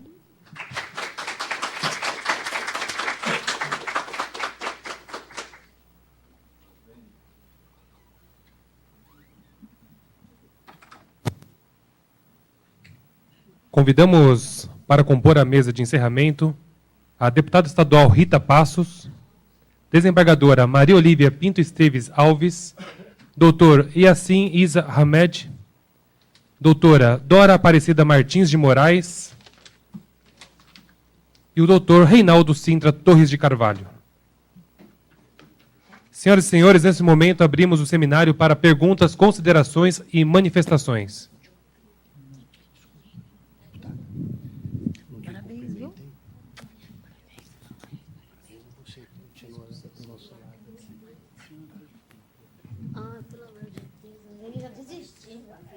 Não, é uma pergunta. Pegando a linha do Dr. Reinaldo, né, eu sou Solange, sou assistente social do Fórum da Vara da Infância de Santo Amaro. Esses dias, lá na Vara, veio um senhor do Rio de Janeiro, um advogado, e veio questionando, pedindo autorização para que a filha dele fosse num determinado abrigo da região para visitar uma determinada criança que ele soube, por alguém que faz um trabalho voluntário, que aquela menina tinha um perfil que a filha dele queria, que é cadastrada no Rio de Janeiro, e que estava lá parada. E ele interpelou, lá, depois de passar pelo cartório, o escrivão orientar, ele interpelou o setor técnico, e nós vamos falar que o cadastro nacional existe, mas primeiro se consulta, se a criança estiver disponível para adoção, se consulta o cadastro da vara, não tendo pretendentes na vara, que o que o senhor está me falando não é o caso, porque é uma menina, até 2 anos. É que depois é que se vai por cadastro nacional. O homem virou um bicho. Um bicho. Que aquilo, nossa, só faltou bater em mim, na coitada psicóloga, porque era um absurdo tanta burocracia se existe o Cadastro Nacional de Adoção e para quê? O Cadastro Nacional, como o doutor Reinaldo disse, é uma ferramenta que tem seus prós e seus contras, e que a gente fica maluco consultando aquilo, porque tem que ser mágico para achar um casal ali dentro, né? Quem faz os cruzamentos. Mas, mais que isso, não se divulga para que ele veio. O Cadastro Nacional de Adoção não é um cadastro onde todas as pessoas vão estar inscritas e vão estar concorrendo a todas as crianças disponíveis à adoção em todo o território nacional. Existe uma regra, que a própria lei fala. Você consulta primeiro o cadastro regional da sua vara, depois você consulta o cadastro do Estado e depois você vai ao cadastro nacional. Ele veio como um mecanismo de facilitar a colocação das exceções, das crianças que eu não tenho casal pretendente no meu perfil e que tem casais em outros estados querendo crianças com exceções, maiores de idade, com deficiência. E isso não é passado. Pela grande mídia, fica que o Cadastro Nacional, todo mundo está concorrendo a todas as crianças em qualquer lugar. Então, a revolta deste senhor, que é do Rio de Janeiro, era isto. Como se tem uma propaganda? Eu falei, a propaganda enganosa, meu senhor. Eu lamento, mas a propaganda é enganosa. Não se fala que veio. Então, dá a impressão dessa... O judiciário precisa mostrar mais a cara mesmo, precisa ser mais ousado e dizer que o nosso trabalho é muito grande e que as nossas crianças são muito bem cuidadas por nós. Nós estamos lá, cada um na sua vara, eu tenho 600 crianças em abrigo, 700, olhando um por um. E que delas, eu tenho certeza que mais de 50% têm mais de 12 anos e não vão para adoção. E vão ficar lá adquirindo a tal da autonomia que... Vamos ver que esse Estado se prepara ou não prepara. Então, as outras possíveis para adoção são todas colocadas no nosso cadastro. Nosso cadastro ampliou. Nós conseguimos até 7, 8 anos na vara. Fizemos adoções pelo Cadastro Nacional, uma para o Rio Grande do Sul, sucedida. Uma para o Rio Grande do Norte, mal sucedida. Também teve que voltar. Mas fizemos. Estamos trabalhando. Eu acho que esse trabalho de formiguinha não aparece. Isso é sacanagem conosco, né? Muita sacanagem, não é, gente? Eu fico revoltada. Porque, assim, esse trabalho que o doutor Rezende falou dos hospitais, doutor Eduardo, a gente também faz para entrega em adoção. Só que eu fui uma vez na UBS e me deparei com o programa Saúde da Família. Me desculpe o caráter religioso de cada um, mas, sim, eu entrei no lugar, todas as abordagens, a maioria, eram de origem evangélicas. Quando eu comecei a falar do papel da entrega da adoção, todo mundo começava a se remexer nas cadeiras. Por quê? Porque tinha a ver com o princípio de religioso dela. Então, como ela, que não entende aquilo como um direito da pessoa, que vai lá com seu caráter religioso, vai fazer uma pregação, às vezes, na casa, pelo Programa da Saúde da Família, vai dizer àquela mulher que ela tem o direito de entregar o filho em adoção. Aí a coisa virava para um outro lado. Eu tive que lembrar que as pessoas, quando estão no seu exercício de uma função pública, são laicas. O Estado é laico, o Estado não tem religião. E as pessoas, quando se imbuem do seu papel para ir lá fazer uma abordagem social nas famílias, elas vão defendendo a lei que aquele Estado representa. Elas vão defendendo a sua religião. Eu respeito a religião de cada um dentro das suas casas, mas quando eu represento o papel do agente público, entrando dentro de uma casa, fazendo um trabalho de programa de saúde da família, eu não sou religiosa, eu defendo o Estado ali e o Estado é laico. E o meu papel é de agente público. Isso precisa ser propagado dentro dos programas de saúde da família, porque este é um dos problemas também. É problema dentro do hospital, com os tráficos lá das enfermeiras, tudo, Mas este problema dentro, porque num território que a gente tem 100% de PSF, isso precisa ser trabalhado, e muito, dentro da saúde.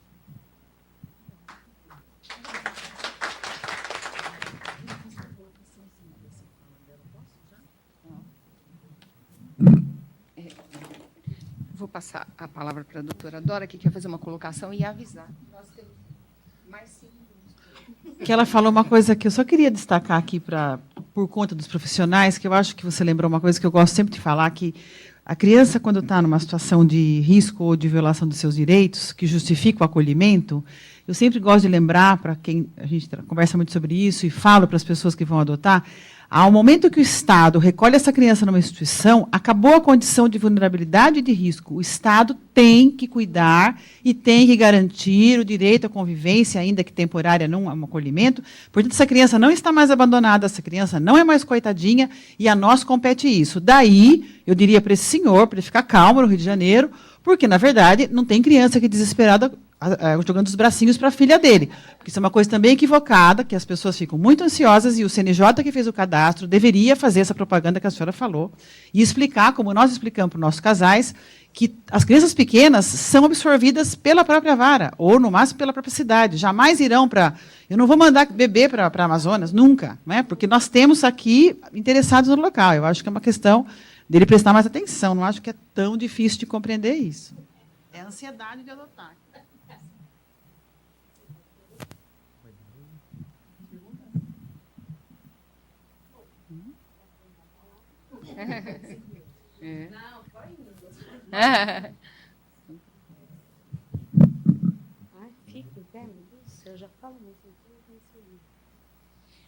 Bom, para quem não me conhece ainda, meu nome é Mônica, eu sou do Grupo de Apoio à Adoção de São Paulo, mas também presido a Associação Estadual dos Grupos de Apoio.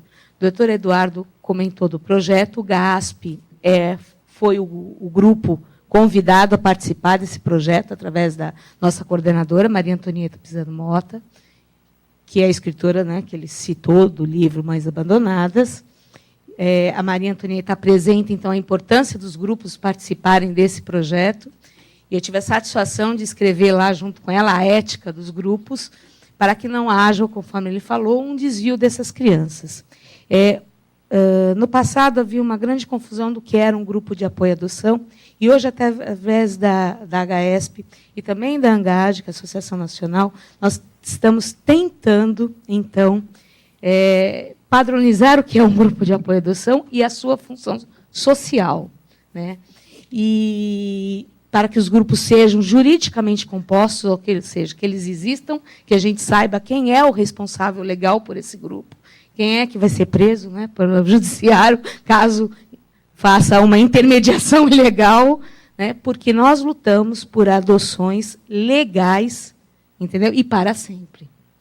Então, essa questão realmente que foi colocada, acho que pela doutora Dora, da questão de entregar a criança quando é bebê, doutor Eduardo, que falou, na verdade, que é entregar o bebê, mesmo consultando essa família, e essa família aceitando, então, essa criança, sem a destituição, e se isso demora muito, causa um dano? Causa, porque essa família não consegue dar esse pertencimento a essa criança, porque ela tem a dúvida se essa criança vai ficar. Ela vai se entregar, porque se eu pego essa criança, né, eu sou mãe adotiva, levo para casa e assumo psicologicamente que aquela criança é minha filha, eu vou brigar com o judiciário, eu não vou devolver essa criança. Porque ela é minha filha, ninguém devolve um filho. Não tem condição.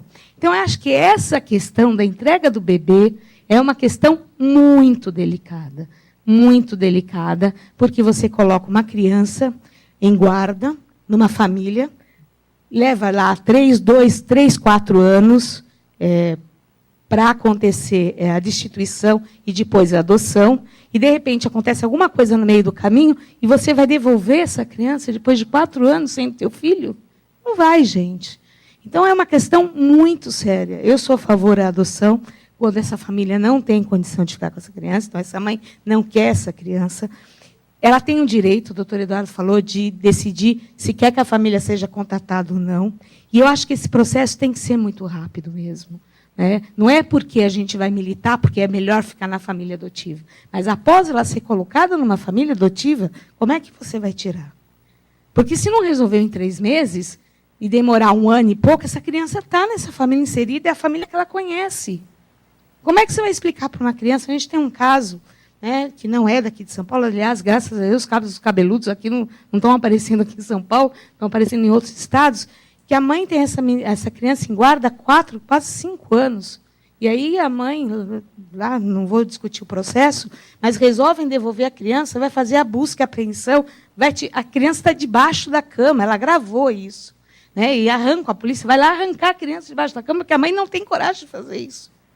Então, a colocação de criança em adoção, realmente, ela tem que estar, o juiz, né, a equipe tem que estar muito certa de que isso é o correto. Né? Eu acho que tem que ser um processo mais rápido. Né? Decidir, então, né, no caso de bebezinhos em que a mãe já entrega, né, porque colocou na família adotiva, colocou numa família sob guarda, se no momento há o pertencimento, e quem é que não se apaixona por um bebê? Entendeu? Vai ser muito difícil para a família adotiva, mas para a criança que está sendo retirada dessa família. E o direito é da criança. Então, realmente, mecanismos têm que ser tomados para o bebê que vai para a família. Ele falou em 3 meses, não sei se é 3 meses o ideal, 4, 5, mas ser célere isso. Porque, de repente, demora 2 anos e meio, depois, de repente, 2 anos e meio, e aí, 2 anos e meio, essa mãe resolve, então eu mudei de ideia. Isso é muito complicado. E eu falo isso de causa própria, né? O doutor Reinaldo sabe disso. Eu fui chamada pelo Cadastro Nacional, fui buscar a minha filha em Minas. Eu entendi que ela tinha 2 anos e meio quando me chamaram. Olha como eu sou desligada. Eu cheguei lá, ela tinha 2 meses e meio. Né? A mulher falou, mas você não vai querer? Mas foi um choque na hora. Porque veio um e-mail assim, criança dentro do seu perfil, meu perfil era até 5. Menina dentro do perfil, 2,5. Eu entendi 2 anos e meio. Não, quando eu cheguei em Minas, a menina tinha 2 meses e meio. Aí a segunda preocupação, meu marido falou, escuta, como é? 2 meses e meio não deu para destituir, como é que é isso? Aí tinha todo o perfil, que era a 4ª filha, que foi vendida, que o conselheiro tutelar pegou, que ela não queria, que ela vivia na rua, que ela bebia. Bom, não interessa. Tá bom, vai para casa, porque a gente já conhece o perfil, já fez o trabalho, já foi chamada em oitiva, não está com problema de depressão. Tá bom. A gente levou a criança 1 mês depois, né, eu ligo lá perguntando, escuta, não tem uma carteirinha de vacinação? Não tinha nada. Tinha vacinação, nunca tinha não tinha ido no médico, não tinha nada do hospital. Aí eles falaram, mas tem um probleminha. A mãe pegou a criança de volta. Eu quase infartei. Levou 2 anos e 8 meses para sair essa sentença. No dia que o juiz resolveu, a juíza de lá, um amor de pessoa, resolveu, falou, vamos acabar com isso daí. Vamos fazer uma oitiva. Chamou lá a mãe chegou, veio a mãe, estava o promotor, eu fiquei esperando lá de fora. Mas ficou a mãe biológica, promotor, defensor, a equipe técnica, não sei o quê. A juíza pergunta para ela, bom, mas você quer a criança de volta? Ela fala, não, eu nunca quis. Como você nunca quis? Não, se ela está bem na família, eu nunca quis, eu já tive outro, já ia dar, mas já morreu. Ela falou, se ela está bem, pode ficar com a criança na família, ela que está com ela. É a defensora que falou que eu tinha que pegar, porque está na lei, porque eu tinha que fazer, e a defensora bateu o pé. E ela fez o que a defensora queria, mas ela falou para a defensora que ela não queria. Ela falava, eu fiquei sabendo que ela falava para a defensora. Eu te disse que eu não queria a criança, eu não quero a criança. Não sei porque vocês insistem tanto nisso.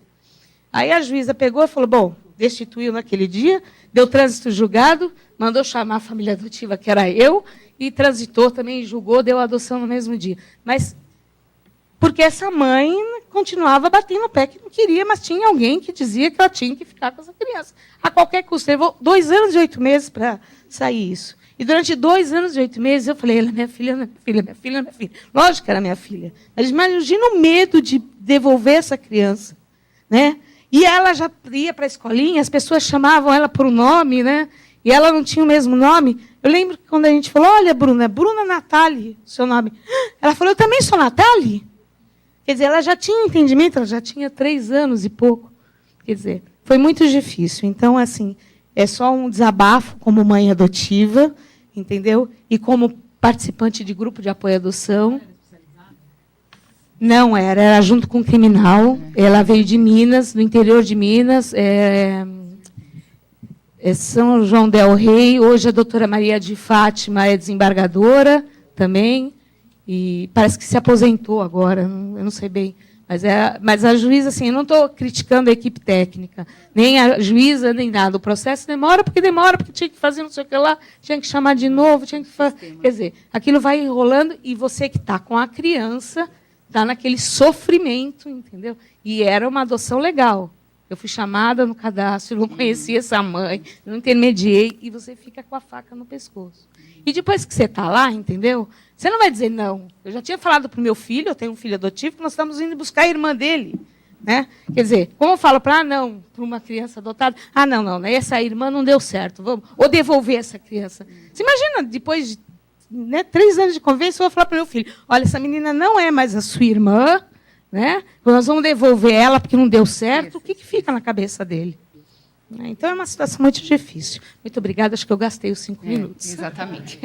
Então, encerrou realmente o prazo para os debates, e eu, então, incumbida aqui do papel difícil de encerrar o seminário, agradeço a presença de todos e todas, agora eu vi que tem que falar assim, os participantes deste seminário, cumprimento a iniciativa da deputada Rita Passos, ressaltando da importância de chamar a atenção para as questões da infância e juventude no Poder Judiciário, no Poder Legislativo, no Poder Executivo, e em torno da adoção, por quê? Porque é um instituto cheio de mitos ainda. Passaram-se 7 anos da época que eu fui juíza da infância de Santo Amaro e percebo que os mitos ainda persistem, os preconceitos ainda persistem, quer com relação à criança adotiva, quer com relação à criança biológica, acolhida, quer com relação à mãe biológica, mãe adotiva, e etc. Então, é muito importante essas iniciativas de chamar a atenção, né, para as questões, e muito importante a disposição das pessoas refletir e discutir sobre esses temas que tanto angustiam a todos nós, como se viu aqui. Né? Eu cumprimento também todos os expositores e percebi pela fala dos nossos queridos juízes aqui presentes que realmente os nossos juízes estão ficando especializados. Não é? Eu, na época que fui juíza da infância e juventude, tive esse sentimento de que a gente precisava ser especial, porque nem todos os colegas tinham aquela vocação, aquela percepção daquelas questões, daquelas angústias, né? E, na verdade, o que era necessário era apenas especialização, fazer isso que nós estamos fazendo em todos os segmentos da sociedade. Né? Em nome da Coordenadoria da Infância, quero externar a minha satisfação de ver tudo isso acontecendo, né? E principalmente dentro do Poder Judiciário. Né? A questão da infância está sendo bem ressaltada, está sendo bem tratada, a coordenadoria tem tido um papel importante, a corregedoria também, o que não se via antes, né? E está havendo uma mobilização de todos os participantes desse processo. E é muito importante a gente discutir tudo isso. Eu queria falar que passaram 7 anos e as soluções estão vindo melhores, eu acho, mais técnicas, as questões angustiantes persistem. Achei muito importante o doutor Eduardo ter ressaltado, né, a importância do respeito à mãe biológica, não é? Do respeito à opção dela, né? Porque os preconceitos até de colegas que insistiam tanto numa mãe que, na verdade, não conseguia cuidar de sua própria vida, que dirá da vida de um filho, né, que não foi desejado, e também acabava sendo desrespeitado. Então, hoje, graças a Deus, à legislação, ao trabalho de todos, ao engajamento da sociedade, a criança passou a ser sujeito de direitos, sempre foi, mas agora isso é consciente, mais consciente, pelo menos, ainda não totalmente. Mas a gente não pode esquecer que todos os outros participantes são sujeitos de direitos também, a mãe biológica, né, a criança, a mãe adotiva, tudo isso, né? Quero também ressaltar a fala do doutor Reinaldo do trabalho angustiante da vara da infância, dos profissionais que atuam nessa vara, que tem que fazer escolhas por soluções, né, de situações aflitivas, extremamente aflitivas. De um lado, a criança com seu direito à convivência familiar, e de outro a família biológica com seus problemas que não foram necessariamente criados por ela, né? Então isso é muito angustiante e, como a doutora Dora ressaltou, seria até o caso de termos uma assistência também, né? Mas só de estarmos aqui conversando e refletindo é muito importante, e eu espero que sempre haja essa disposição por parte de todos nós. Então, eu encerro e agradeço a presença de todos e de todas.